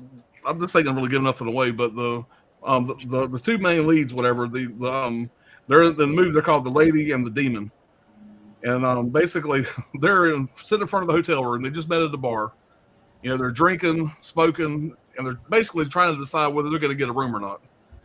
And the guy's starting to realize this girl's a fucking freak, whatever. And basically, she wants to try all this different role playing shit or whatever. Well, funniest thing about all that is their fucking safe word is Mr. Snuffleupagus. And let's just say that when they get in the room and start doing some of this shit, it's really fucked up, but it's also really funny. If you really pay attention to it, it's really funny. The Kyle Gallner is just he's fucking gold, dude. He's perfect for this role. And later in the movie, when he starts, getting kind of pissed off, he's just fucking pounding fucking cocaine. This guy just as fast as he can put it in his body. And you kind of find, I don't want to say nothing else. There's so many things about the movie you need to watch. Just the way they shoot it, it's going to ruin it if I say much more. But if you hadn't seen this, go out and watch this movie, man. It's so fucking great. And I love this release. Great 4K. So, one of the greatest things about that movie is, man, that movie is so fucking good that you can pretty much just say, hey, if you like good movies, like, you'll love this movie. Like, that's not one of those flicks you hold up where you're like, oh, I'm going to offend somebody with this, or this is going to be so off the wall that somebody's not going to grasp onto it. That's just a good fucking movie, man. And that twist that you're talking about, 100% original. It's like, oh, when you see it, it's like, this is kind of like Quentin Tarantino making a slasher horror movie. Just kind of the way it's shot, the different chapters, whatever. I'm getting Quentin Tarantino, Eli Roth, kind of the weird shooting styles. I don't know, man. This was directed by J.T. Molnar. I don't think he's done a whole lot else. I'm not familiar with him anyway. But yeah, dude, it's a blast. That's the movie that will always. I probably watch that once a year. I'd never even heard about that movie until we were streaming one night, and you guys were like, "Man, like I can't believe you haven't watched Straight Dark," because we were talking about Substance, which is another movie I haven't even watched yet. But you guys were like, "Man, like any movie you're gonna watch, man, watch Strange Dark." I remember me and the wife just hit the couch. We're like, "Fuck it, let's rent it, see what it's all about." Paid the $6, and I was like, "Fuck, we gotta buy that movie on physical. Like it's that fucking." The good. best thing about it to me is the movie's going one way, and you think you got to figure it out, and then it goes another way, and then it goes another way, and it's like fuck. And time is over with, man. I'm fucking all in, and there's so many things I want to fucking talk about, but goddamn, there's spoiler filled. But it's fairly new. Yeah, so like I said, if you haven't seen it, go watch it. Maybe next stream a year from now. This is another thing. We all know each other, and we give a recommendation. It's not like, hey man, everybody would like this movie. I think Johnny would like it. No, it's like that's a Johnny movie. That's an Alan movie. Yeah. This is a that. So when somebody goes out of their way and says you would like this, generally it's a good. But these days with recommendations, like the average person has to hear about it 65,000 times before they'll actually go, you know what? I might watch that one day. I'm gonna put it on the mental list and maybe check it out if I can see it for free on YouTube or something. Like it's a different era where people weren't afraid just 15 years ago of watching a movie and it not working out. Now it has to work out every fucking time, or god damn it, fuck that person who gave me the goddamn recommendation. It has to be 100% a home run, or I'm not even gonna watch it. Again, grow up. Think about the video store days. Like we all back in the day when we walked in the video store, and we always took gambles with shit. Like of course, like being a kid, what was the first thing you'd pull off the shelf when you was a kid? Like that front cover would have to sell it to you almost, right? And you just go off with the front cover. But now, like you just said with recommendations, it's like, hey, like your average person, like your average moviegoer, you'd be like, well, if you like such and such, A, you're gonna definitely love B. But then it's almost like, well, fuck, you got to pretty much start from the very beginning of the movie, explain the whole fucking thing for they'll actually take your word for it. Be like, oh, there's something else. And it's just like everything's so fake too nowadays, where it's like, oh, I heard you really like this. Well, I didn't really like it. See, I went there with my girl, and she really liked it. So I kind of have to like it because she really liked it. So I said that, but I don't really mean that. And it's just like, you know what I mean? Like that happens a lot, where it's like, yeah, is this really even your opinion? Do you even have an opinion? Like it's just like a whole different. I feel like an old man, but it really is like that. It's like used to be. You could just say, like we talk with Todd. Todd's a great guy, a friend of ours. His favorite movie is Dawn of the Dead. I hate that movie. we're friends. We still talk about it. It's like, you can't do that anymore. It's like, wait a minute.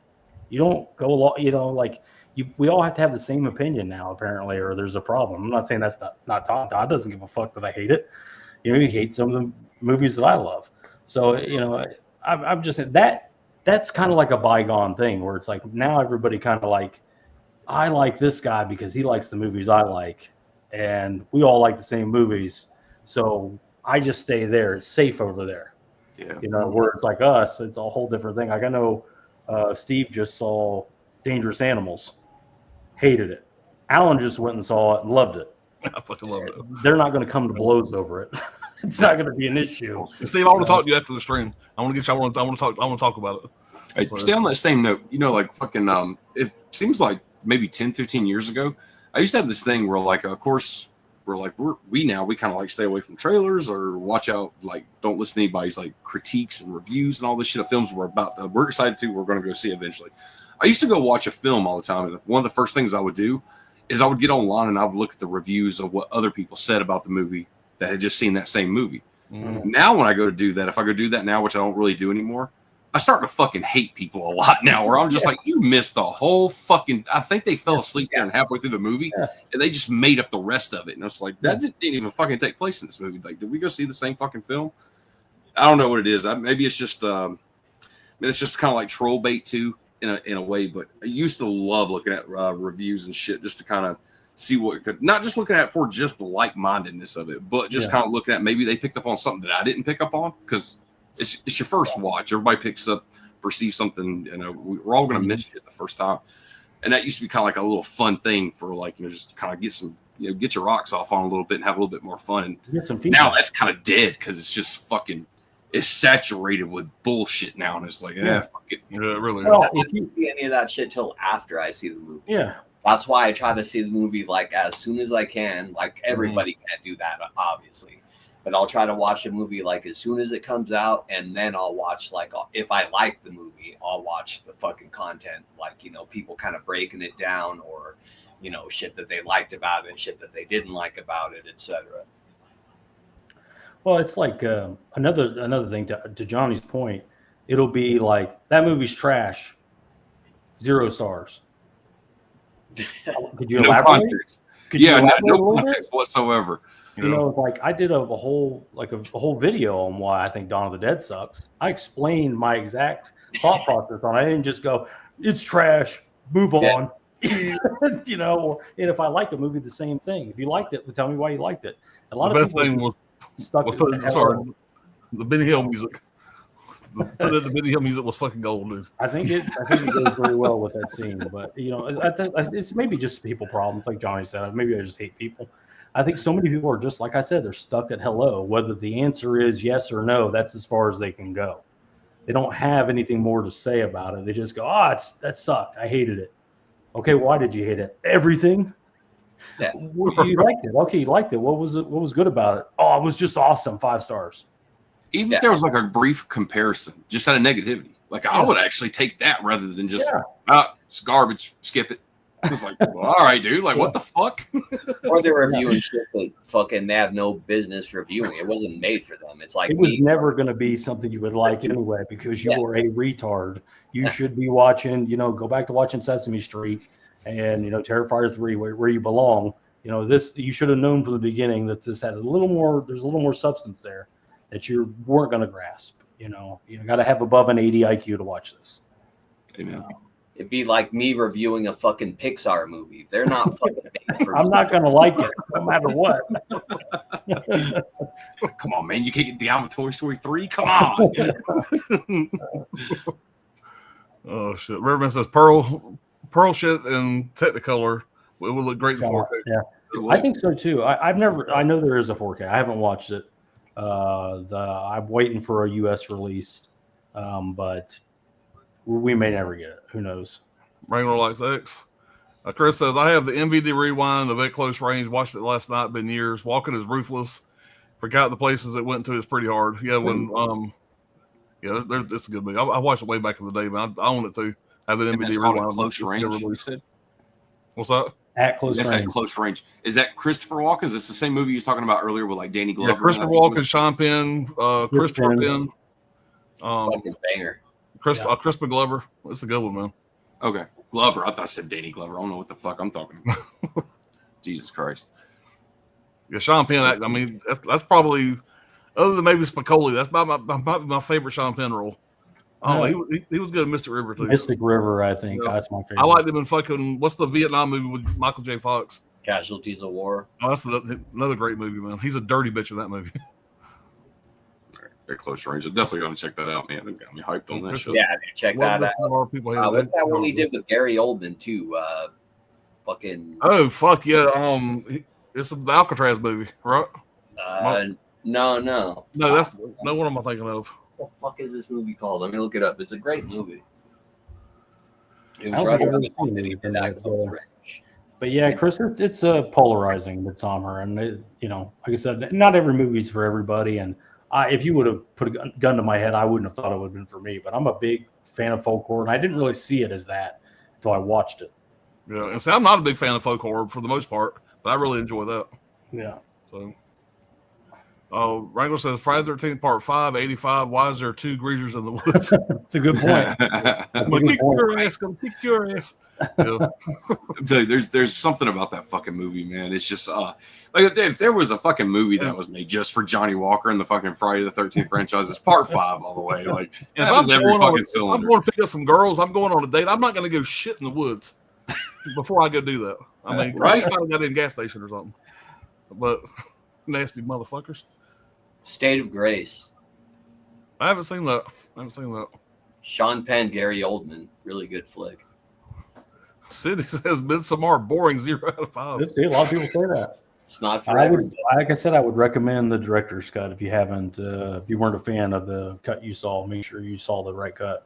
Mm-hmm. Yeah, Close Range. It has the only Madonna song I like in it. It was written by somebody else. Yeah. I think that's about the time that Sean Penn and Madonna was starting fucking butt uglies, I think. Yeah. That time. And I know that laying some pipe on that bitch. Saw Midsommar in theaters. A couple next to me. The wife turns to her husband. What the fuck did I just watch? I heard that. I heard that in the lobby of Hereditary too. It was just like, what the fuck was that? Like a badass movie.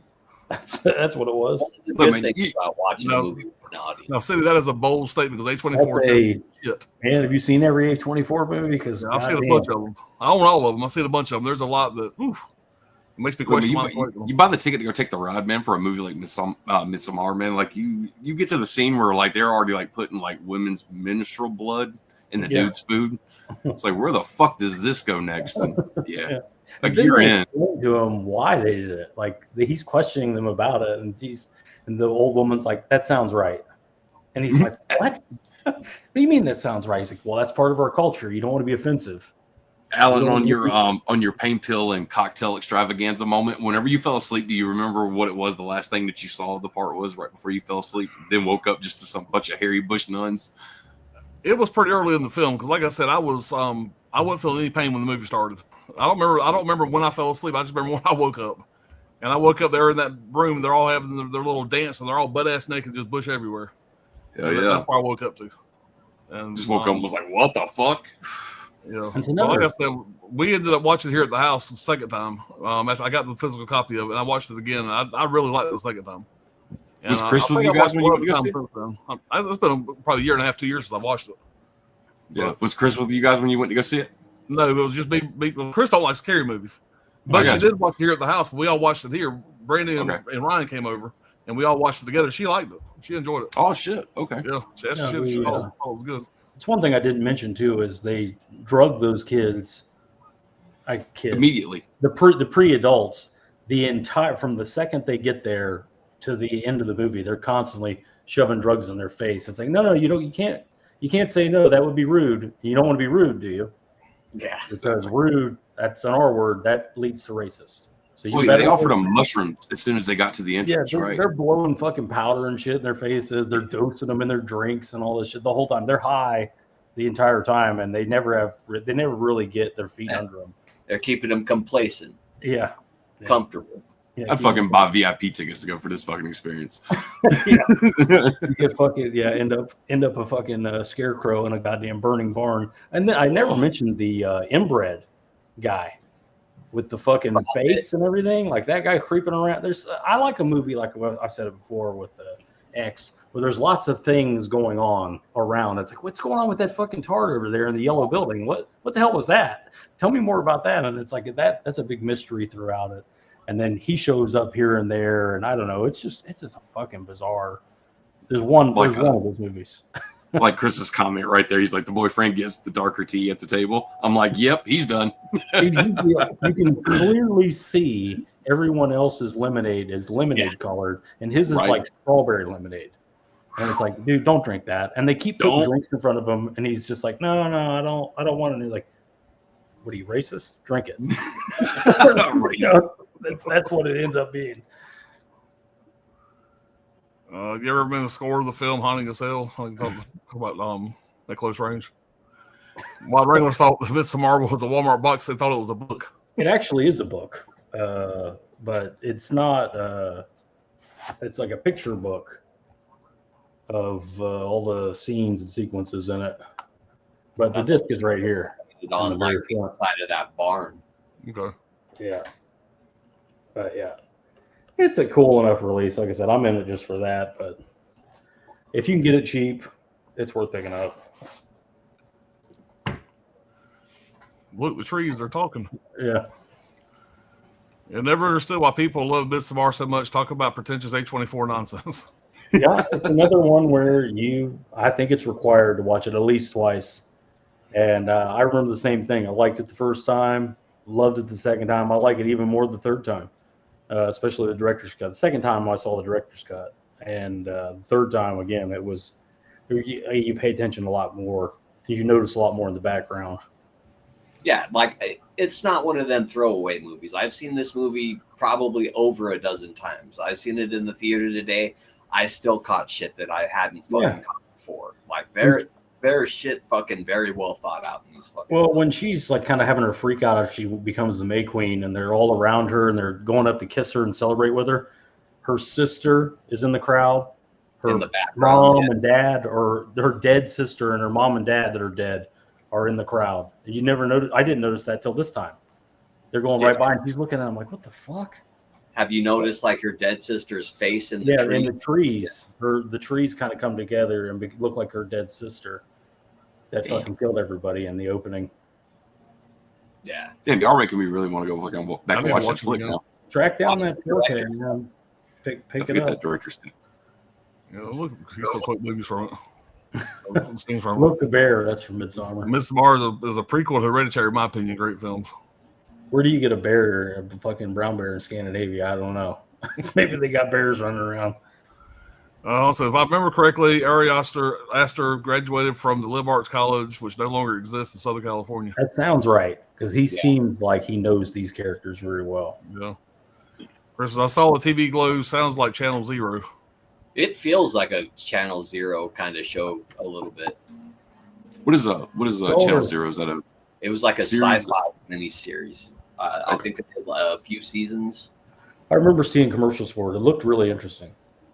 They have some really cool like practical effects on it. It was around like when they were doing like that fucking FX show.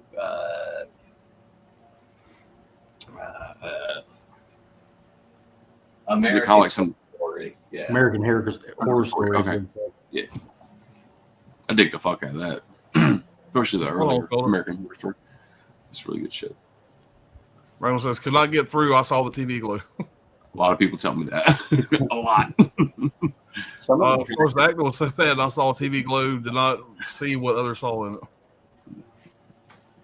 26 minutes for director's cut versus theatrical or thereabouts. So there's an extra 26 minutes. Yeah, there you go. Oh yeah, man. That's a fucking lot of length right there, man. For I need to watch that, man. I need to check that out. Yeah. Well, Wicker Man's also a folk horror, so it is definitely. I would say he's definitely took cues from Wicker Man and The Village, kind of. Mm-hmm. I see that. Scholar like Strange Darling. It's a winner. Yeah. Tracy Charlton is great. Starts out with a narration like TCM, great shit. Oh, Yeah, and something else I didn't know is fucking Jason Patrick is the narrator. Am I thinking about the right fucking movie? I know I take a note of that. Jason Patrick, Yeah, Jason Patrick is the true crime narrator in the movie. So I guess he can't find work 'cause he's not a great actor at all. he's a horrible actor. He's a horrible fucking actor. Damn. When she brings out the cocaine, I was done. What do you say? That's not that wasn't cocaine. That was ketamine. Or Ketamine. Ketamine. And yeah, dude was fucked up, dude. Oh, fucking so good. It just reminded me of the Charlie Murphy or the not the goddamn it, Dave Chappelle sketch with Wayne Brady. I didn't know you like to get wet, Dave. Cindy says Strange Darwin pretty good, 3.5 out of 5. It's a good score. Brad, when you get a chance, check out 2 Mel Gibson movies, The Man Without a Face and The Professor and the Madman. You know, I've never seen. I think I've seen A Man Without a Face, but I'm a monster Mel Gibson fan. I'll definitely check him out. Yeah, I've seen that one. I haven't seen The Professor and the Madman. That sounds familiar though. What's up, Cal? Same behave back and forth. There's Chris. It's like with me and Smile 2. I like that film quite a bit, but it's not for everyone, and I respect the opinions on it. No issues. Yeah, I heard good things about it. I haven't seen it. It's better than the first one. Holland called it out. State of Grace. Great fucking movie. Chris said the boyfriend gets the darker tea at the table. I'm like, yep, he's done. Yeah. Candle Cove was I think he just had a stroke right there. It's another almost like Candle Cove was the first of the Channel Zero series. yeah. That really kind of reminded me of that flick. I saw the TV glow. Gotcha. Move right along, guys. Number 3. We'll see what you guys throw up here. Let's see, 3. All right. Well, I won't say too much about this because Johnny already talked quite a bit about it. Man. But yeah, great fucking foreign flick. Just great flick. Yeah. Good storytelling, good characters, great effects. Creepy as all hell. Lots of fucking atmosphere. And again, if you like horror, like I like horror, like nobody's fucking safe. Movie like this, nobody's fucking safe. Like there's a mother cradling a dead child in her arms, like scooping its brains out, like popcorn. Like, yeah, it's a fucking mean movie, and I fucking appreciate mean movies. Yeah. Like, if you're doing a horror movie, you might as well. Like, why fucking pull any punches, you know? Yeah. It's supposed to be jarring. It's horror. It's supposed to be horrifying. But Johnny touched on it too. The scene with the goat. That's my favorite scene in the whole movie. Or that the one goat out of the fucking crowd is locked eyes with him, and Yeah, the he whole just- herd is running away from the gunshot. Yeah, It's like the hairs on the back of your neck stand up moment. Like there's only like a very few. There's only been a very few movies that can really do that for me. When I saw that shit right there, I was like, no wonder why they used, that one sheet with that actual with like the axe that followed up immediately right after that scene. But yeah, that fucking moment was great. That was you covered that shit really, really good just with that one sentence, man. Like nothing is fucking safe in that movie whatsoever. I didn't even really kind of think about it from that standpoint, but there isn't. Like it's just all doom. It's all fucked from the start. Yeah. Like as soon as they find the obese fucker and all that shit that's all swelled up in the fucking cabinet, and like the mother and the son is, dude. it's grotesque as fuck. And then you kind of realize, like, wait a minute, like whatever it is that they're up against, like this ain't just like okay, just one shot and just eradicate it and it's done. Like it's fucked. Like it spreads. It has like a course of the way it spreads is like breaking the rules almost, but it's not. It's just like you said. There's nothing fucking safe about that flick. Yeah, just a couple of nitwits that fucking don't know what the fuck they're doing and fuck everything up, and next thing you know, all hell breaks loose, literally. I love that everything is like daring anybody to kill it. Like even the patient zero or whatever the fuck he is that's all swollen up. he's just talking shit the whole time. Anytime that they talk to it, he's just like, yeah, go ahead. Like, it's just something about, I'm not going to quote it, but it's like, yeah, fine, fucking kill it. And, you want them to kill it, even though it's going to fucking ruin everything. But I don't know, it's just really well done. Really creative story. Yeah, I'm looking forward to whatever that dude does next. Yeah. Out of all the years that I've had Shudder now, and usually, I mean, they've hyped so much shit now, and I'll give it to them. And like Shudder has released some really good content, some really good actual Shudder official movies that's been part of their development. But I would say that one right there, 100% is like the top of the mountain when it comes to a fucking Shudder original. Shudder original top tier. Yeah, Should be well known. I'm glad it's getting a second sight release. Yeah, man. I'm gonna have to splurge on that bitch too, man. Just got that 4K rolled into, and I'm just like, man, I need that second sight. I'm curious what's the better scan. Because second sight, chancy these days, I don't know, but I like the RLJE one. I don't think it has many features on it, but if the scan is even close, I'd rather have that one, honestly, at this point. But who knows, man? I like the new artwork too on the second sight. I'd be curious to see what features they throw on that second sight. If they loaded up with features, I may have to grab it because I got the same ones y'all were holding up. There's gonna be a really good ticket for that fucking thing to make it move, especially with somebody like me who loves to listen to a commentary. We automatically know like that's a foreign film, so the commentary is going to be all fucking subtitles, even if it was converted by somebody else, not the actual director. And they actually did a whole full-fledged feature film commentary with a director, and it's somebody else's voice doing it in English. That would fucking sell it for me day one, like 100%. Just man, I don't want to watch the commentary with subtitles, man. I love that movie, but I don't want to. I want to listen to the dude talk about making the fucking movie and got to read it at the same time. Like that's where I draw the line on shit. You could put it right in the top 5 of all time killer horror goat movies.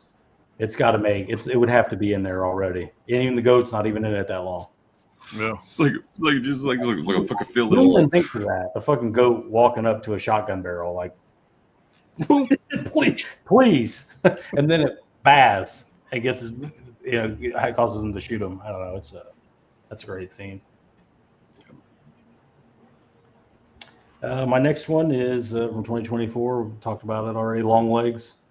I really enjoyed it. Saw it. I've seen it 3 or 4 times now. Great little winter movie. Really strange birthday murders. All this stuff. It's another one of those ones. Love to. You're always looking in the background of what's going on behind there. Is there. Mm-hmm. You're looking out for triangles and numbers and shadows, and it's one of those movies. Every time you watch it, you'll see a different. There's Satan there. There's this, and it's like clear as day, but you didn't see it. I don't know. It's about an FBI agent that's trying to track down a serial killer, the birthday murderer, the birthday killer. It kills whole families on the youngest daughter's 13th, I think, birthday or 14th birthday. I don't remember exactly, but he's been doing it for 30 years. And they're trying to figure it out. And the case is pretty much cold. And they bring in a young girl, she's 30, a young FBI agent with seemingly empath skills. And they were able to break the case through her link with the killer. I don't know. It's a really good movie. I really think Osgood Perkins is in such demand now that this might be the best it ever gets for him because he's shitting out a movie every fucking year now. It's like, this one's green light, this one, one after another. So it's pretty hard. You don't have time to flush out a story. There was a long break between Hansel and Gretel and this, or Gretel and Hansel and this. So kind of is what it is. I'm happy we got it. And this deserves a better release also. The features are lame. There's no Nick Cage. It's a good looking 4K, could look better. So I'm hoping somebody puts something out with that. Yeah, I think we definitely will at some point. The special features menu is enough to drive you fucking crazy. It's all right. It doesn't even make sense. Yeah, there's like another Steelbook coming, I think, like in a couple of months. I don't know how different. I have a feeling Neon has a relationship with Second Sight. There'll be a Second Sight 4K. Yeah. That'd be nice. Second Sight will do that shit up right, man. All right, let's go to we'll go back here to 2019. Right, I could do 2019, right? You can do anything from 2019 to 24. It doesn't matter. They could all be from 2024.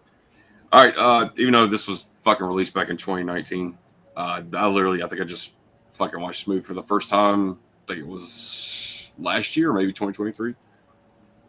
Had it forever, bought it when it came out, just never got a chance to watch it until Brad was like, I don't know what the fuck you're doing with your life because this is a gnarly ass movie. But that is Dr. Sleep. Yeah. I watched this shit the first time. I watched both cuts just to see what was different in between them. But yeah, when I watched this flick for the first time, I could not believe how fucking hard that they went, especially for the kid with the baseball glove, the baseball player. That fucking scene right there is enough to. It's another one of those moments where like the hair on your neck stands up, and it's like, God damn, are they really going to take it this far? They do. They take it. That torture scene is fucking brutal. But yeah, you guys were doing a top 5 one night live stream, and Brad had held this up, and man, he was fucking selling it really good, and I was like, God damn, like I just kind of thought this was going to be like a prequel story to The Shining, like somebody's probably going to take a shit on the whole fact that King never liked what's his face's adaptation of The Shining. What's his fucking name? Yeah, Kubrick, Stanley Kubrick. And I just kind of figured, like, I saw King's revisiting himself and doing his version of The Shining, which is fucking god awful. If you've ever seen that shit, for some reason, I just had it in my mind where like King probably had some involvement with this, and it was probably going to be like some lackluster shit. To be honest, that's just what I thought at the time. But I bought it when it came out. Found a good price. Definitely right to think that. By the way, it's a sequel 40 fucking years later to to probably the greatest horror movie ever made. Yeah. How in the hell could it work? I don't mean to cut you off, but I agree with what you're saying. Like I thought the same thing, and I'm the guy that's like, hey guys, let's give it a chance. I'm that guy, but I'm like, I don't know if I want to waste my fucking time with this. How could it be good? Ewan McGregor, some gay British prat. How is this going to fucking be good? And I was totally wrong. Hey man, fucking thank God, man. Even though you had that film, and like, thank God you was like, fuck it, man. Do I really want to waste my time? And still done it, man. Because like, you sold me on this shit when I watched it. Immediately, I was like, all right, when I got for work the next fucking day, I'm gonna go watch the director's cut, see what's different with it. And man, me and my wife got obsessed with this fucking movie. It was like to the point where we were like, all right, we don't watch this like 3 times now. Let's go back and watch Kubrick's version of The Shining. Watch that, just kind of get refreshed, and we was right back to this bitch watching it again. The development for this shit, that script that they wrote for this, that'd have been one hell of a thick script, man, because they were fucking literally bouncing back in time. Like that bitch had lived for like hundreds of years at that point, and basically her whole fucking clique of literally just like drinking souls of children. So it's like the script for that shit was perfect though. Anybody who hasn't watched this shit, because you were probably just like me thinking like, I don't really need a prequel story. I don't need something in addition to The Shining. Shining's perfect the way it stands. Don't ruin that movie for me. I don't need to see anything. Definitely take the chance and watch this shit. This is a movie I'd say definitely go buy it, because after you stream it somewhere and watch it, you'll probably, if you're a physical media collector, you'll definitely want this for you. You'll want it anyway, so don't spend the money. Fucking streaming it. I think there's a 4K of this. I have no idea why I bought the Blu-ray back in the day. I think it was just sitting on the shelf at Walmart and they discounted it, and I was like, oh fuck it, I'm gonna buy that anyway. I'll get around to watching it sooner or later. Sat on the shelf for years until Brad was like, what are you doing, man? Like, just watch the shit. But yeah, you sold that movie really fucking good there in that stream though. I remember you was holding it up. I remember reading the comment section. They were like, oh yeah, they definitely broke some, even though for that to be such a major production film, like they broke rules, like especially with children, like because nobody wants to see children get hurt. There's a taboo against it. It's like almost no filmmaker, anybody who's producing, backing a film of that caliber with that much of a budget is going to let you get away with fucking killing kids one after the next. And that whole movie is just based on them being like, yeah, all right, let's find this fucking kid that's like clairvoyant and take him out in the most fucking, literally, the only way they can get a good drink off this motherfucker to sustain their mortality is they got to put the fucking fear into this kid. Yeah. Like times 10, which just makes it even fucking better. It's like, God, man, like how grotesque and macabre and everything you could think of. Like they're just inflicting so much pain before they actually take the life of this kid. It's fucking bizarre that movie got made, honestly. It's not so much, it's not like you said, it's not taking behind the barn and put 2 behind his ear.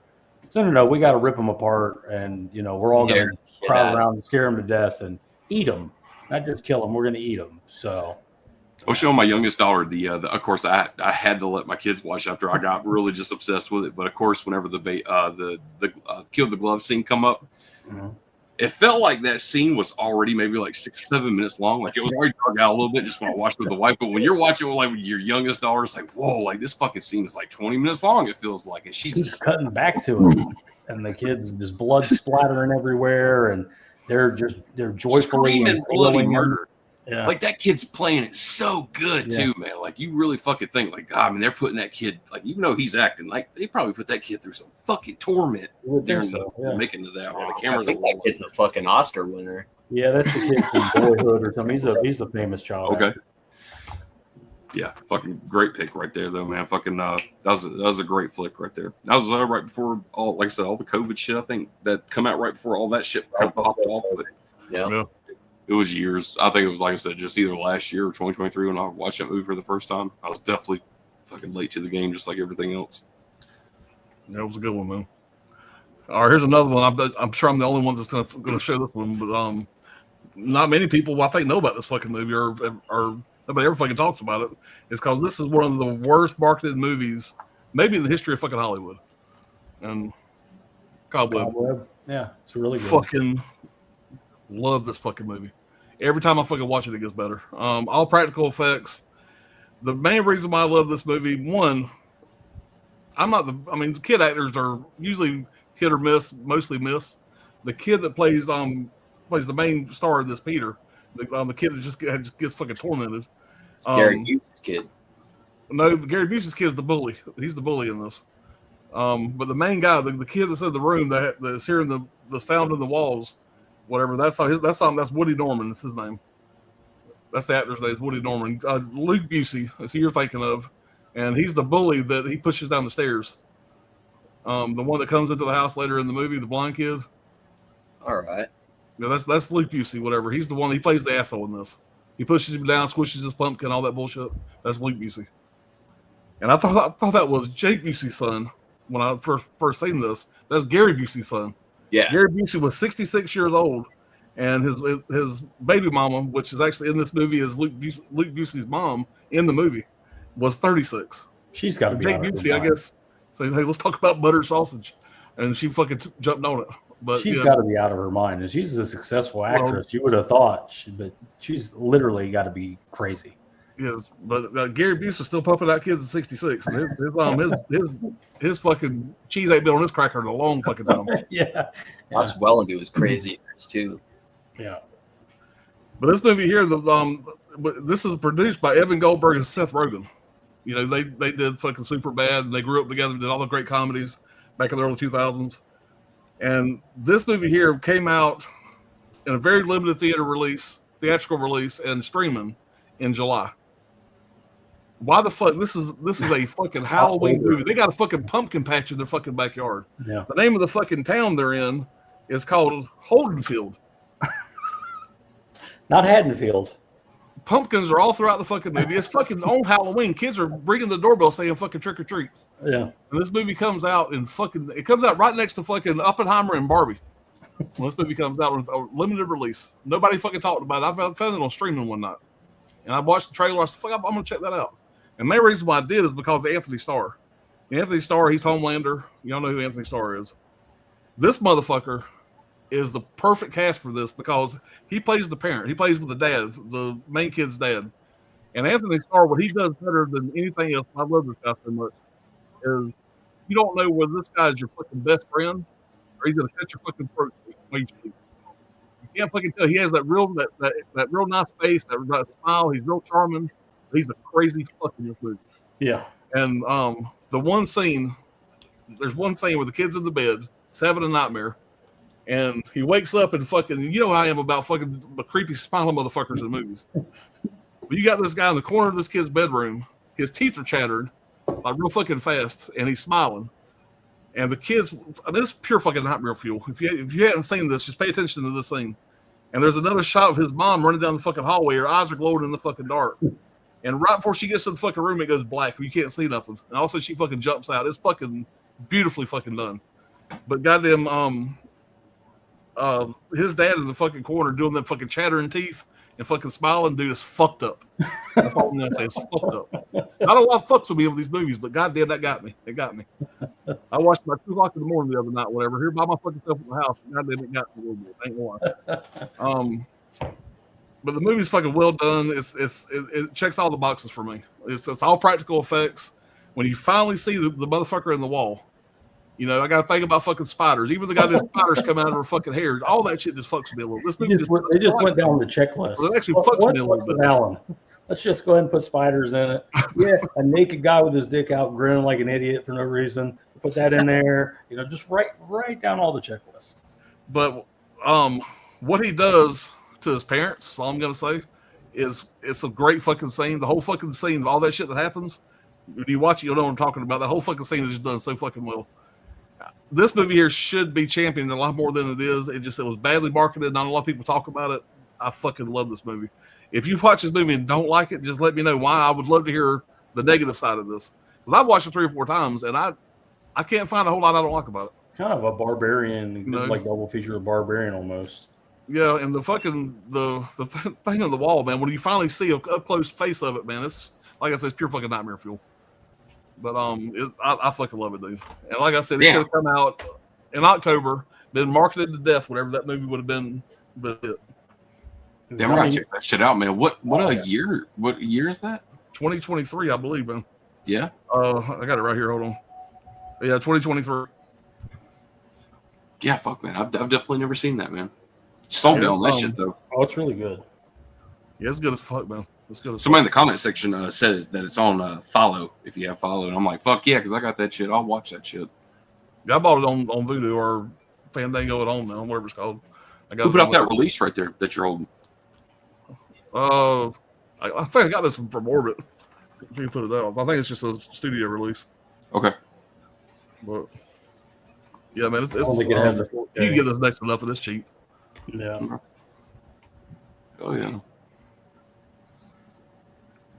But I was making my list, whatever. I said, damn, I got to check Cabo about it again. Is it going to hold up? And goddamn, it almost got my number 1. I'm ranking these based on worst to first, and this motherfucker just about jumped up to number 1. Okay. But my next two are bangers, so I couldn't quite put above these next 2. This is another one of those streams where Alan's like, all of our shit's going to be the same. I don't know, like even while we're doing this, No, I don't think there's been barely any that were the same. Yeah, it's been pretty versatile so far. Yeah, we did. I figured we'd have more duplicates so far, but got a couple, but not many. I mean, you can't deny Long Legs and X though. I mean, those are those are fucking. It's hard to top. It's like Hereditary. You can't fucking top a movie like that. Like Brad said, that movie's gonna go down in like top 5. I think it for will. sure. Yeah. Even with the fucking shitty flies. For modern horror, forget about it. I mean, I put it up there with. I put it over The Exorcist. I put it up there in that top 5 with anything. I don't care that, I would say The Shining's above it. Just a few titles are above it as far as quality and fucking just insane atmosphere. And the acting, Toni Collette's acting to me is, I don't think there's ever been a female that acted better than her. Yeah. That performance. That shot you put in the fucking intro where the husband gets caught on fire and she goes from that freaked out face to that calm face is like killed it. Yeah, not to mention Kubrick took like a year to fucking make The Shining. And he had an unlimited budget. He signed deals in a way where if I need more money, you give me more money. By the way, I need 65 dump trucks of salt. Yeah. Just bring them up here. And we're going to be filming for about 3 more months. We got another year left of principal photography, and then we'll figure it out when we get there. That he had that kind of thing. I don't think Ari Aster for his first movie had any kind of pull whatsoever. He's not in Utah. He's lucky he made the fucking movie. He really is. Yeah. All right, the overbloated dude in When Evil Lurks is quite disgusting. Yeah, it's pretty bothersome. Yeah. Death metal ending to When Evil Lurks too. Fuck yeah. I like when they got to transport that guy. Let's get him out of here. Jesus Christ. Like, did they not realize that like they were riding light whenever like that guy's body disappears out of the back of the Ford? It's like you guys would have felt that for sure. Chris the fan of Long Legs. Scolder says has not seen When Evil Lurks. So that's a good watch, man. Put it on top of your list, Scholar. It Lives Inside was a good PG-13 gateway horror film. Liked it quite a bit.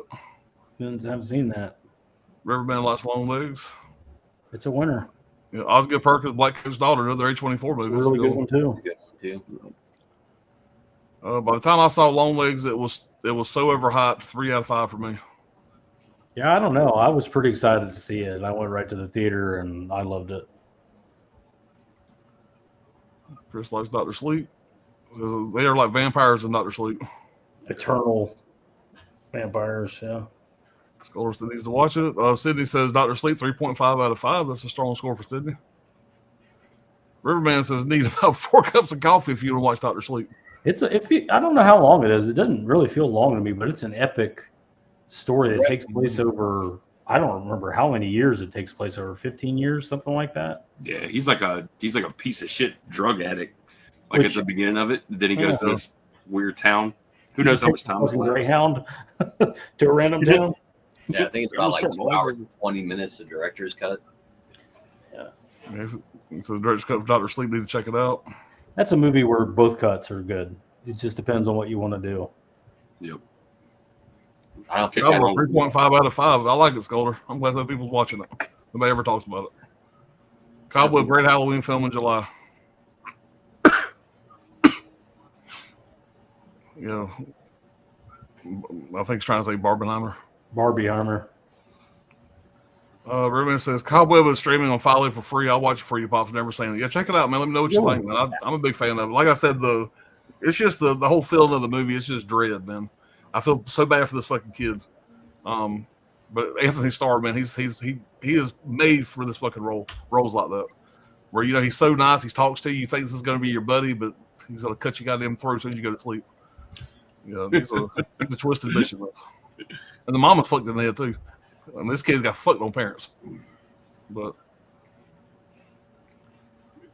Wrangler likes Cobweb. Nick says, anyone like the movie Sting about the killer spider? Yeah, I ain't got myself ready to watch that yet. I watched the fucking trailer up there. Yeah, fuck that movie. I don't know if I'm gonna watch that or not. So I'd rather fucking eat a goddamn snake look at a goddamn spider. Yeah, spider fucks with my ass, but I turn into a bitch. I've heard that infested. If I look down and see a fucking spider crawl across my foot or something like that, I'm moving out. I watched fucking Arachnophobia 100 fucking times. I can get by with that, but that fucking trailer over there looked fucked up. So, it's he said Sting. Spider gets bigger and bigger, right? Not that one, right? No, that's Sting, not Stung. I've seen that one. That's is Sting the one where the spider gets bigger and bigger, or is that the one that there's just a bunch of spiders? I think two different spider movies came out close together. Infested is the one with a bunch of spiders. It's like Sting is a growing spider, I think. Something. Yeah. I'm still trying to get over the ending of fucking Enemy.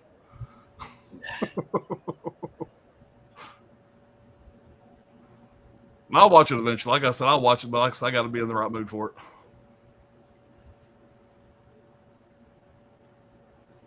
Yeah, Bob Randall said, love Sting.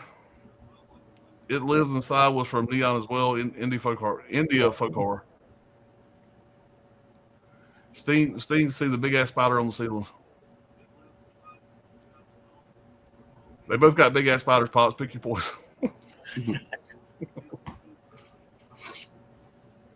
All right, moving right along, guys. Moving right along.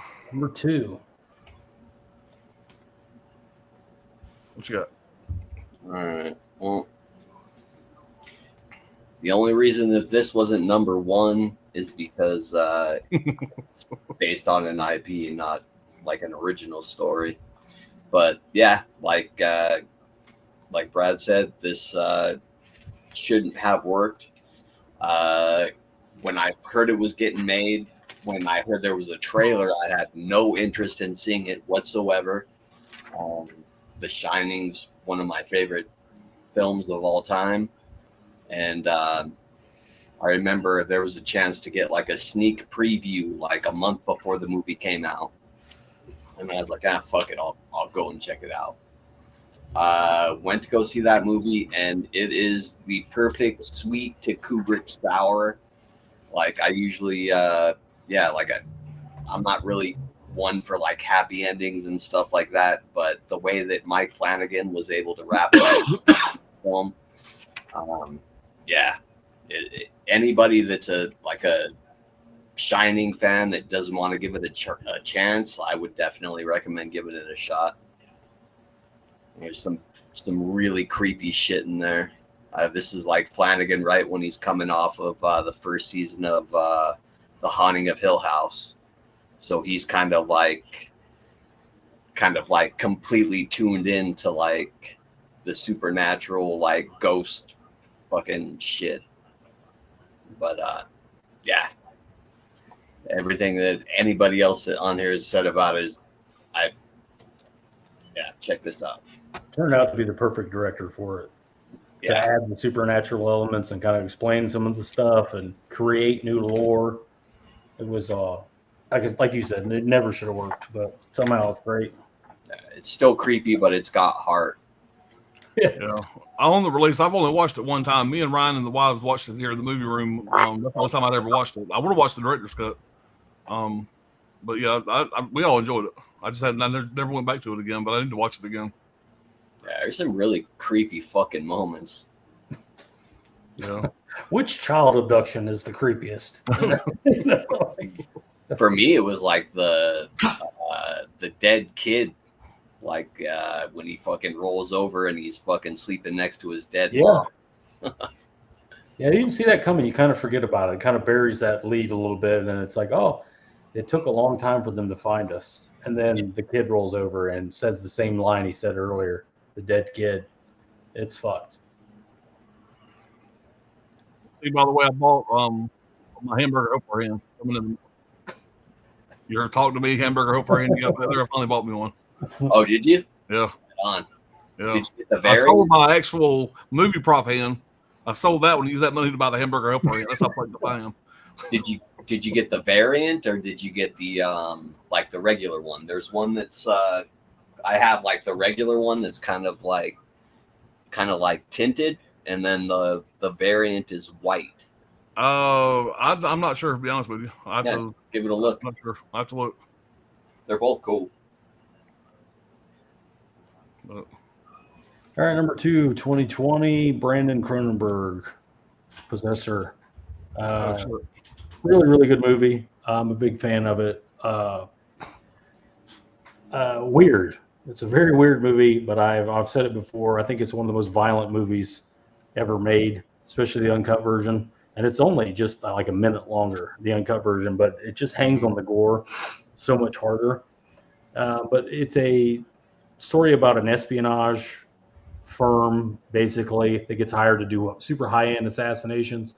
And what this company does is that they tap into a host's brain and take over his body using an assassin with that's miles away. They basically turn him into a killer drone, and he does the killing, he or she, and it all wraps up with a suicide after the killing type of thing, and they continue to get away with it. But it's about the Voss character, who's one of the apparently the best assassin in the company, who starts to realize that she's not so much an employee, she's really a serial killer, and it's taking over her whole life, and that's all she wants to do is kill, and she's getting further away from her family and all this stuff, and it basically just continues on with that narrative, and it's just very, very well done, totally original. The closest thing, maybe The Cell has a similar concept, but not really. You don't really take over, you're just kind of a guest in somebody's mind in The Cell.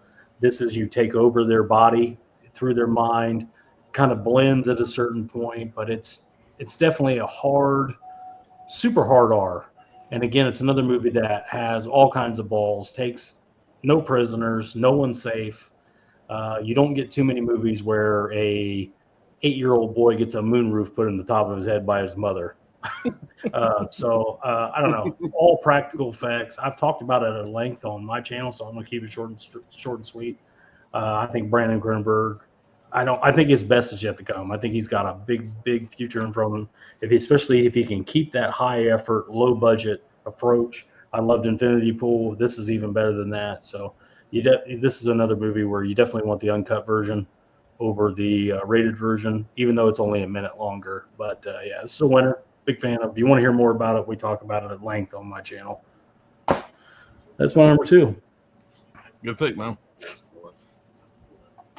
Yeah, for my next pick, unfortunately, believe it or not, actually, as I was going through the list and making my picks, I don't even have a physical copy of it, which is unfortunate, but I definitely will get around to getting a copy of his 2021's Black Phone, of course. I was a little bit late to that. I remember when I finally did pull the trigger on it, I think Alan was recommending it to me, and just so happens when he recommended it, I think Vudu, which is now Fandango now, had like a sale on it. I bought it. I remember that night I watched it. Then the very next day I watched it with all my kids, and we were just having a ton of fun with it. My youngest daughter loves the hell of this movie. But yeah, Black Phone, that's Ethan Hawke, which is like kind of playing our villain. Not to mention it's a great throwback movie because the whole movie is done so well because it's pretty much capturing the end of the 70s era. Am I correct on that? It's right at the end of the 70s, right? And the way that movie is shot was set from automobiles to houses to the way the kids' clothes looked. Everything about that movie looks very, you couldn't ask for anything better, especially for a period piece for a modern movie now going back that far. But look really, really good. Not to mention the story of that movie is fucking eerie as hell. And all the shit too, like on all these fucking movies, and I don't even have a physical of that, which was unfortunate as I was going through my shit today. But I remember me and my daughter was walking through the mall one day or something like that, and she spotted this. She was like, "We gotta have that." And of course, I had this shit, but I don't have a physical copy of the fucking movie. Whatever sense that makes. But yeah, I'm sure everybody's seen Black Phone. I was probably one of the last people to finally get around to it. Thankfully, Alan recommended that shit. And man, it's that's another one of those movies that if I flip through whatever and it's actually streaming on a live channel somewhere or whatever, or it's actually an option going through shit and I just can't find nothing. It's one of those easy flicks I can put on. It's eerie as fuck. It pretty much delivers on every note. Ethan Hawke's role in this has got to be his role in this is just as good to me as his role was. How important his role was in Sinister. Like I loved him in fucking Sinister. Training Day was like my favorite Ethan Hawke movie, hands down. And then we got to Sinister, which was just as a great performance. Am I correct that Tom Savini styled the mask? Didn't Tom Savini make the mask? He molded it, yeah. Molded it? Okay. Johnny, you need to watch the trailer for Black Phone too, man. I enjoyed the trailer for that. Yeah, I'm surprised you guys actually watched the trailer for it because we kind of all get that feeling where we're like, man, like fuck, you kind of like look at the runtime of a trailer, like going through YouTube or something. You're like, well, the fucking trailer is like 3.5 minutes long. I wonder how much shit they're about to give away, and it's probably going to spoil this for me, or it's going to be too in depth, or they're going to give away all the money shots right up front. But surprised you guys actually like clicked on that shit and watched it. But I'll be first in line definitely to see the sequel, man. I mean, if they can somehow make that half as good as the first one, I'll be fine with it, man. But fucking Black Phone, man, that was a movie that came out of nowhere for me.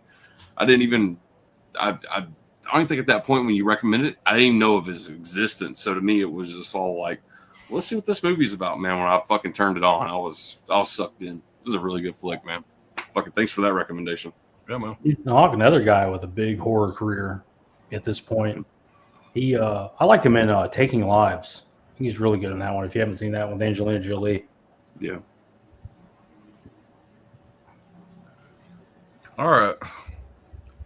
Get on up there, number 2. Talk to me. That's a badass movie. Oh man, goddamn! I enjoyed it. I've always enjoyed the movie, but when I watched it again just to see if it was going to make my list here, dude, it almost got number 1. I enjoyed the shit out of it, man. This is a really well done, really creepy fucking movie. There's so many shots in this movie, man, that just gets under your fucking skin. Like the first time the main star or whatever, grabs the hand and her fucking eyeball or her pupils fucking stretch out, and she's fucking hollering, "Run, run!" That's some creepy shit, dude. Just really well fucking done. I don't have a whole lot of negative to say about it, man. There's so many things in this movie. The fucking gore's good. The acting's good. I think it's a great fucking premise. And I'm excited about part 2 coming out. I don't know anything about part 2, but I'm hoping it's going to be good. Directed by Danny and Michael Philippou. I'm not sure how you say that, but man, it's from the opening shot when you got the guy trying to get the guy out of the room, and you got the fucking stabbing going on. The way that shit kind of goes, it kind of gets you in like that party. And the only thing about it that I think is odd to me, just I know how I would be. If I'm going to a fucking party and motherfuckers are getting possessed, I'm not coming back to that party again. I'm done. And I damn sure ain't gonna fucking grab the fucking hand. But the fucking special effects, and like I said, the acting, it's just really well done. It was the second highest grossing film in A24's history as of 2023. Which I thought was kind of cool. I have any more notes here that's interesting. Yeah, the opening scene with the dude stabbing the dude. I was talking about that. Mia's first time was super effective. The dog tongue kiss scene was fucked up. I did read somewhere that they did bring in a prosthetic dog when you actually see the tongue. If you look at it, you can see it cut for a minute, and you see kind of a fake dog head when he's kissing on. It's done really well. It's just still very fucking disturbing, but he's giving that dog some love. The kid Riley, whatever, fucking up his face, banging his head against the fucking bookshelf and all that shit, man, it's like, goddamn, you feel that shit. The toe-sucking ghost lady was fucked up. And like I said, the main girl, man, she pulls off being scared really well. Yeah. It kind of hinges on her performance a little bit. I mean, actually, most of the movie hinges on her performance. And when she's freaked out, scared, upset, she just, I think she's acting her ass off. And I don't think I picked up on that so much first time I watched it, whatever, but I really paid attention to that that's on this watch here. And man, it impressed the shit out of me. Like I said, it moved up from maybe it's not going to make the list to almost number 1. So big fucking fan of the movie, man. I love this release. I did sell my hand, but I got the hamburger helper hand coming, so I'm good with that. Great looking steelbook, just basic, simple, but I mean it's perfect for this. Seems like that's acceptable. I know he's got like 97 copies of this, but yeah, this is the only one I got. Actually, that's not true. I got the slipcover of it also. The A24 slip. That's probably like the definitive copy. It's probably got the most on it. Yeah. Well, except for this second site's coming out. It's on the way for me. Imagine that. Yeah, man, it's really well fucking done, man. It's it's a legit film. It's good. All the stuff with that fucking boy gets his ass kicked the whole time. It's like nonstop. That poor bastard. And we see him in the fucking hospital. His face, you feel the pain on his fucking face. It's got to hurt.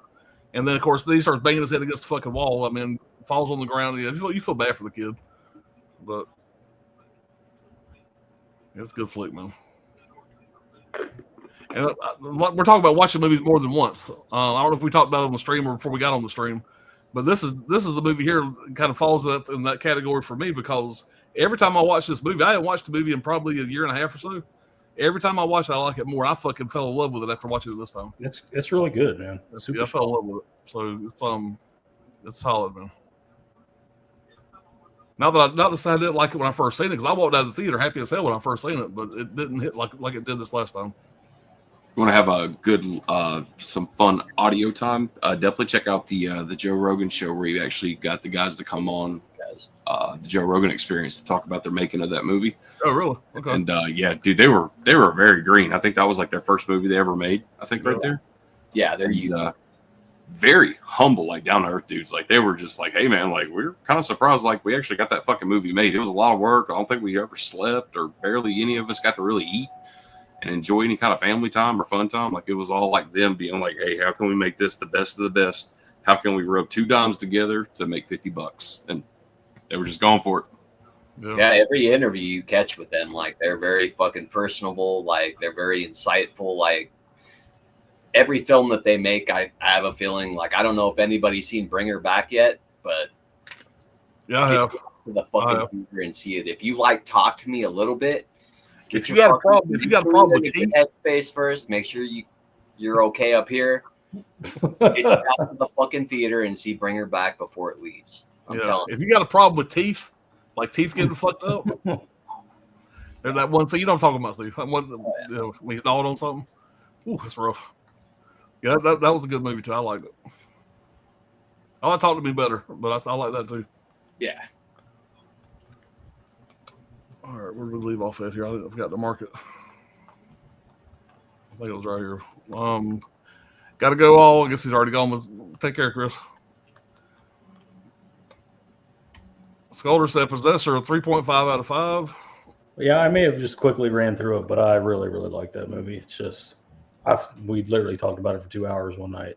Yeah, it's a good flick, man. I got the same release you got. It's a good one. Black Phone, 3.5 out of 5. Talk to Me, 3.5 out of 5. Well, I guess everybody's going to sleep. That's all the chat we got. Number one. Moving right along. Let me guess, Steve. Yeah, right. Just take a Something. guess. All right. Yeah.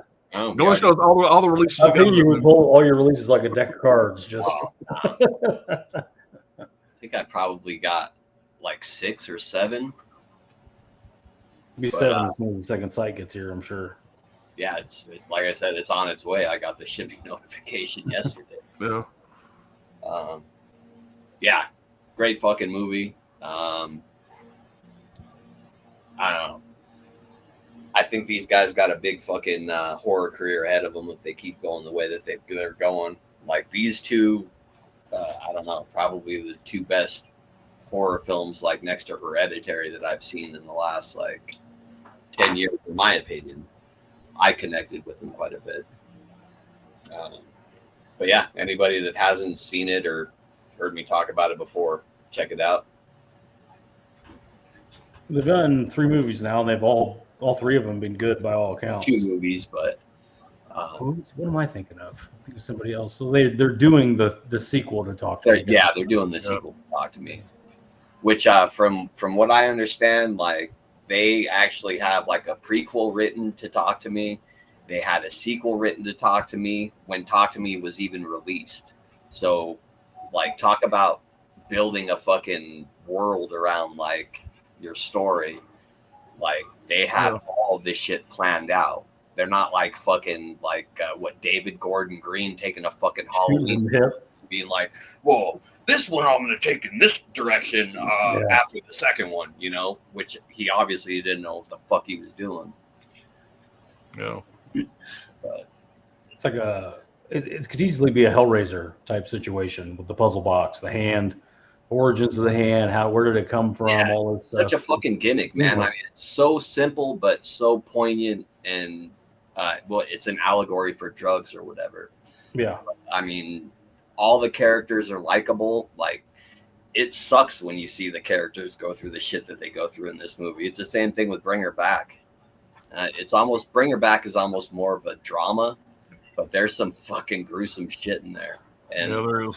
Like performances go, like with Sally Hawkins chick from fucking The Shape of Water, like she's given like Kathy Bates level fucking performance, fucking Tony Collette level performance in this fucking movie. Yeah. A lot of that from the directors too, man, bringing it out of them, I guess. Yeah, well, they have a passion, and just like Oz Perkins, they have like a crew of people that they've been working for years, and they respect them. They respect their vision. They all kind of know like what they're trying to do, and like Talk to Me and Bring Her Back feel very. I was telling Brad, they're very cohesive. Like they could very well exist in the same fucking universe, and I guess they've said that it actually does. Oh, okay, that's cool. It feels like that in the movie. You know, It feels like this could happen like in the next fucking town over. Yeah, I'm on board, man. I've enjoyed both of them, so I'm on board. They're taking their time. That's the important thing. They're not just trying to crank something else out. Yeah, well, like Talk to Me, they could have just handed this over to the studio, or they could have given more control to the studio, and they could have had a bigger fucking budget. But they took a budget cut because they wanted to keep the main lead, Sophie Wilde. They wanted to recast, and they were like, no, we want her. So they had to take a cut for that. They had to take a cut because the studio wanted to make it an American movie, and because they didn't want accents in it. And they were like, no, we want to make this in Australia. And again, a budget cut. So, you know, they're not above like making a movie with less fucking money or less resources. Well, I mean, maybe I'm being ridiculous. I don't care, but those friendship dynamics, that does not play in America.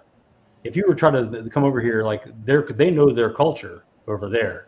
Here, kids of all ages don't hang out. Kids of all races don't hang out. You don't have a 32-year-old, a 21-year-old, a 16-year-old, a 14-year-old, two 18-year-olds, a 13-year-old, 11-year-old, all commingling with each other. It doesn't work like that. It's a different culture over there. It's a different place. So if you tried to make that in America, everybody go like, who brings their fucking little brother to this? But there it's, obviously different because they've championed it. But yeah, I think they should have. I'm glad they made it where they made it and then sold it to A24 later. Yeah. Let's just possess him for 50 seconds. It'll be all right. Yeah. Yeah, my number one's been mentioned before. 2019, Dr. Sleep. Nice. Again, I was totally wrong about this movie. I thought it was going to be a joke. There's no way it could work. Impossible. How's he going to do anything? But he's great in it. It's great. It picks up on him. I don't know how many years. I don't remember how many years later, but he's a full-grown adult. In his 30s. He's fucked up. He's an alcoholic, a drug addict. Kind of, listen, I'm not for those types. Those characters, are not sympathetic to me. But you can almost sympathize with this character after what he's been through. Almost. His father tried to kill him and his mother in a fucking abandoned hotel in the middle of winter for a month straight, basically. So, he kind of gets a pass there. But, I mean, from the opening, you know what you're in for. It pulls no punches. It's a little kid. And then bringing back Scatman Crothers' character as a ghost to be his kind of moral compass, I thought was brilliant. And what he did here, he really bridged the gap between Kubrick's excellent vision of the book and Stephen King's actual narrative for the second book, and blended them successfully. And that's like getting Israel and Palestine together to have a fucking tea party. He really killed it as far as that goes. And those narratives shouldn't work the way they do. And Mike Flanagan, coming off of his background with Ghost, that Ghost series, making Ghost characters and the way Danny Torrance kind of turns and takes the mantle, almost like a Star Wars type thing. He takes the mantle of Scatman Crothers for the little black girl who's great in it also. I don't know. It's just a very perfect kind of arc story. Like I said, shouldn't work. Big epic production over the entire country. Dark is not the word. Pitch black, child murder, to their not just murdering them, eating them. I really don't have anything to complain about. It's a very long movie. Doesn't feel long. Either cut, you're good to go. Director's cut or the theatrical. I actually prefer the theatrical, but it's a winner. And anybody that didn't see it, like Steve said, for the reasons I mentioned, definitely give it a shot. You will not be disappointed. Yeah. Yeah, the recasting didn't even really bother me with that. Like, I really thought that would bug the fuck out of me, seeing, like, Shelley Long, Jack Nicholson, and Scatman Crothers recast in that. But he made it work. Yeah, got the right people. I might have to double feature tomorrow, rewatch it again. Yeah, can't go wrong. Absolutely. Number one, Johnny, what you got, buddy? Yeah, man. So we'll go for 2020 here. Man, like as I was going through the list, I had a really fucking tough time for 2020. That's I hate to keep bringing it up, but we're covering, especially for 2020, we're kind of covering like during that whole fucking COVID bullshit. And for everybody else, most likely I kind of seen in my world was like everybody got sent home and was like, oh, like we're all going to kill each other if we commingle with one another. So everybody's got to go home. Well, unfortunately for me and my wife and our occupation, we were kind of told like, hey, you'll never see home again because we're going to need you at work because nobody else is coming. So me and my wife was like pretty much living at fucking work. So as we was going down the list and like looking at shit, me and my wife was kind of like, damn, like we really didn't watch fucking jack shit for 2020 for the releases that they had. I did pull two out though that I definitely dug, and I hate to kind of do it, but it was both of them that's kind of surprising. One came definitely out of left field. One was kind of hyped there for a little bit. I know everybody kind of probably pretty much remembers this fucking movie when it came out because they marketed it so really. they market it so fucking good, and I can't believe out of all the physical media companies that's got a name to it that Raven Banner put so much money in marketing this fucking movie, but they did it great though. And for 2020, for me, that's going to be Psycho Gorman all the way. The fucking effects for this movie is top tier. Of course, everybody likes the coming of age story too, so that's going to be like a really cool thing. This is not really that though. It's just involving two kids who's basically kind of just like their limitation of their imagination is kind of just playing in the backyard, and all of a sudden this fucking alien comes down from outer space. This is a hell of a flick though for anybody who hasn't never seen it. Definitely crawl out from under that rock and definitely give it a spin. It's a lot of fun to be had with this flick. This is definitely one of those I would recommend though. Like, you can definitely enjoy watching this movie by yourself, but there's some movies that hit so much better when you got company with you. And I think if you have, fellas are hanging out, you guys are fucking dipping into a bottle of scotch, definitely fucking this is one to pop in and have some fun. But yeah, I kind of at last minute I was kind of going back and forth, but I have to kind of throw this one in there because I think I've watched both of these about the same amount of time. I'm just having a hard time going with either one of them. But another one that came out of left field for me was Spree for 2020. Yeah, that was a fucking great flick. And thanks to Horror Pack, I actually got that and watched it. That was, I would have never watched this fucking movie. Like, I could care less about that kid from Stranger Things or whatever, but just pop this in. And I actually watched this with the whole family kind of thing after dinner one night. And just even my kids to this day are like, God, that movie is fucking great. I think we've probably watched this movie countless times now at this point. But yeah, Psycho Gorman and Spree for 2020 for me, for sure. Had to have both of those, and that's really all I can really pick for 2020. I think that was during the time I was buying like $1,800 boxes from Severin, so I was watching all that shit at work. So yeah, that's it. All right, well, my number one ain't nothing too exciting because it's already been shown, but X. On a rewatch, it stayed there. I fucking love the movie. I don't know what else I can say. It already been said. Definitely got, like y'all were saying, you get the Texas Chainsaw vibes. I just love the whole vibe of the movie. I do like everybody in the movie, and I will add that you said something about the cuck. Why did he jump in and do a porno scene? Well, do you really want to fuck behind Kid Cudi? He's laying in the fucking pipe, whatever, and this guy's crying in the fucking shower. I don't think he's gonna hold up. Yeah. But we said it before. The best kill scene was just the way it was shot. Wherever she fucking kills the dude, and the blood splatters on the fucking headlights. It's just very well done. I took a lot of notes here. Hold on, there's so many things about this fucking movie I love. One thing I thought was interesting, I never really picked up on this. Maybe y'all have. Maybe I'm late to the fucking party. But every kill in the movie is you get hints how somebody's going to die based on something they've said. Let me go down to it here.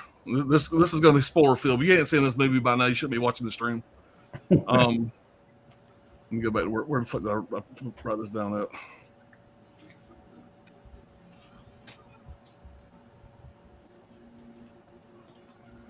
I pretty much got it memorized. I'm probably going to miss some of them. But, like, for example, the blonde girl that gets pushed in the water or whatever and eaten by the alligator, her opening shot, she walks out of the building, and there's a big alligator on the building of the strip club. And you see the alligator biting the fucking underwear off the girl, whatever. Mm-hmm. Whatever the fucking, the main guy, the dime store Matthew McConaughey guy, the director guy, or the producer, Wyatt, when he's telling the guy, feel how hard my cock is, which is a fucking hilarious thing. He makes a comment that says they're going to be freaking out. Their eyes are going to be popping out of their head. Of course, he gets the fucking pitchfork to the fucking eyeballs. And speaking of that fucking scene, it is so fucking disturbing and well shot, whatever. When he's barefoot walking through and you see that foot go down on the fucking nail, every fucking time I watch it, it's like, God damn.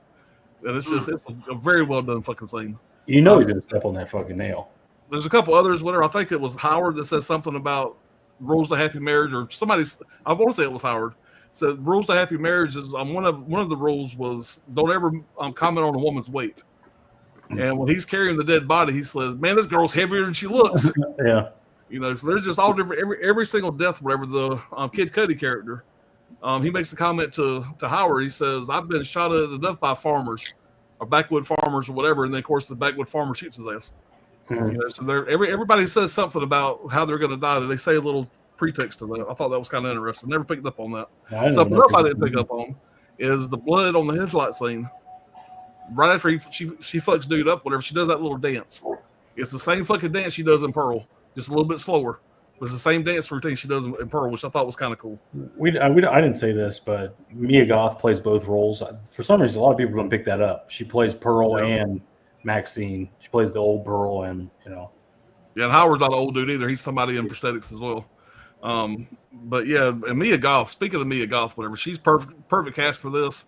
That girl puts something on you that mama's washing powder won't fucking take off. That girl's got something going on. So there's something about her. Like I said, something about her. But the overhaul scene when she woo, Lord have mercy.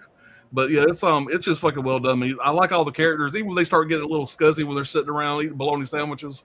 Yeah, they're kind of we're better than everybody else. We're free will, fuck everybody else. yeah, We're getting a little vibe. They're kind of shitty people. yeah. But even during that scene, whatever, I still fucking loved every one of them. Yeah, they break out into landslide. Yeah, Fleetwood Mac. yeah. It's just a very interesting movie, and we haven't mentioned the part where Mia Goth has decided she's going to go skinny dip in the fucking pond. It's just not a care in the world, and there's just like a gigantic fucking alligator that's just. That's the scene that stuck out the most first time I seen it in theaters, whatever. With that overhead shot of that alligator coming after her, man, that was very fucking well done. Yeah. And also, somebody said something about, I don't remember which character said this, but somebody said something about Psycho and Norman Bates or whatever. And then, of course, Kid Cudi sees the car in the water, like in Psycho, where he pushed the cars into the water. I mean, So the that was a lot three of Psycho movies that come movies. to mind: Texas Chainsaw Massacre, Eaten Alive, Psycho. All three definitely. No, it's all three.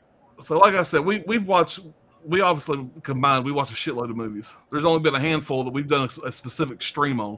Yeah, And go back and watch. I think it's on my channel, maybe on mine and Brad's channel, but I can't remember if we mostly streamed or not. But we did like a fucking hour and a half fucking stream just picking this movie apart.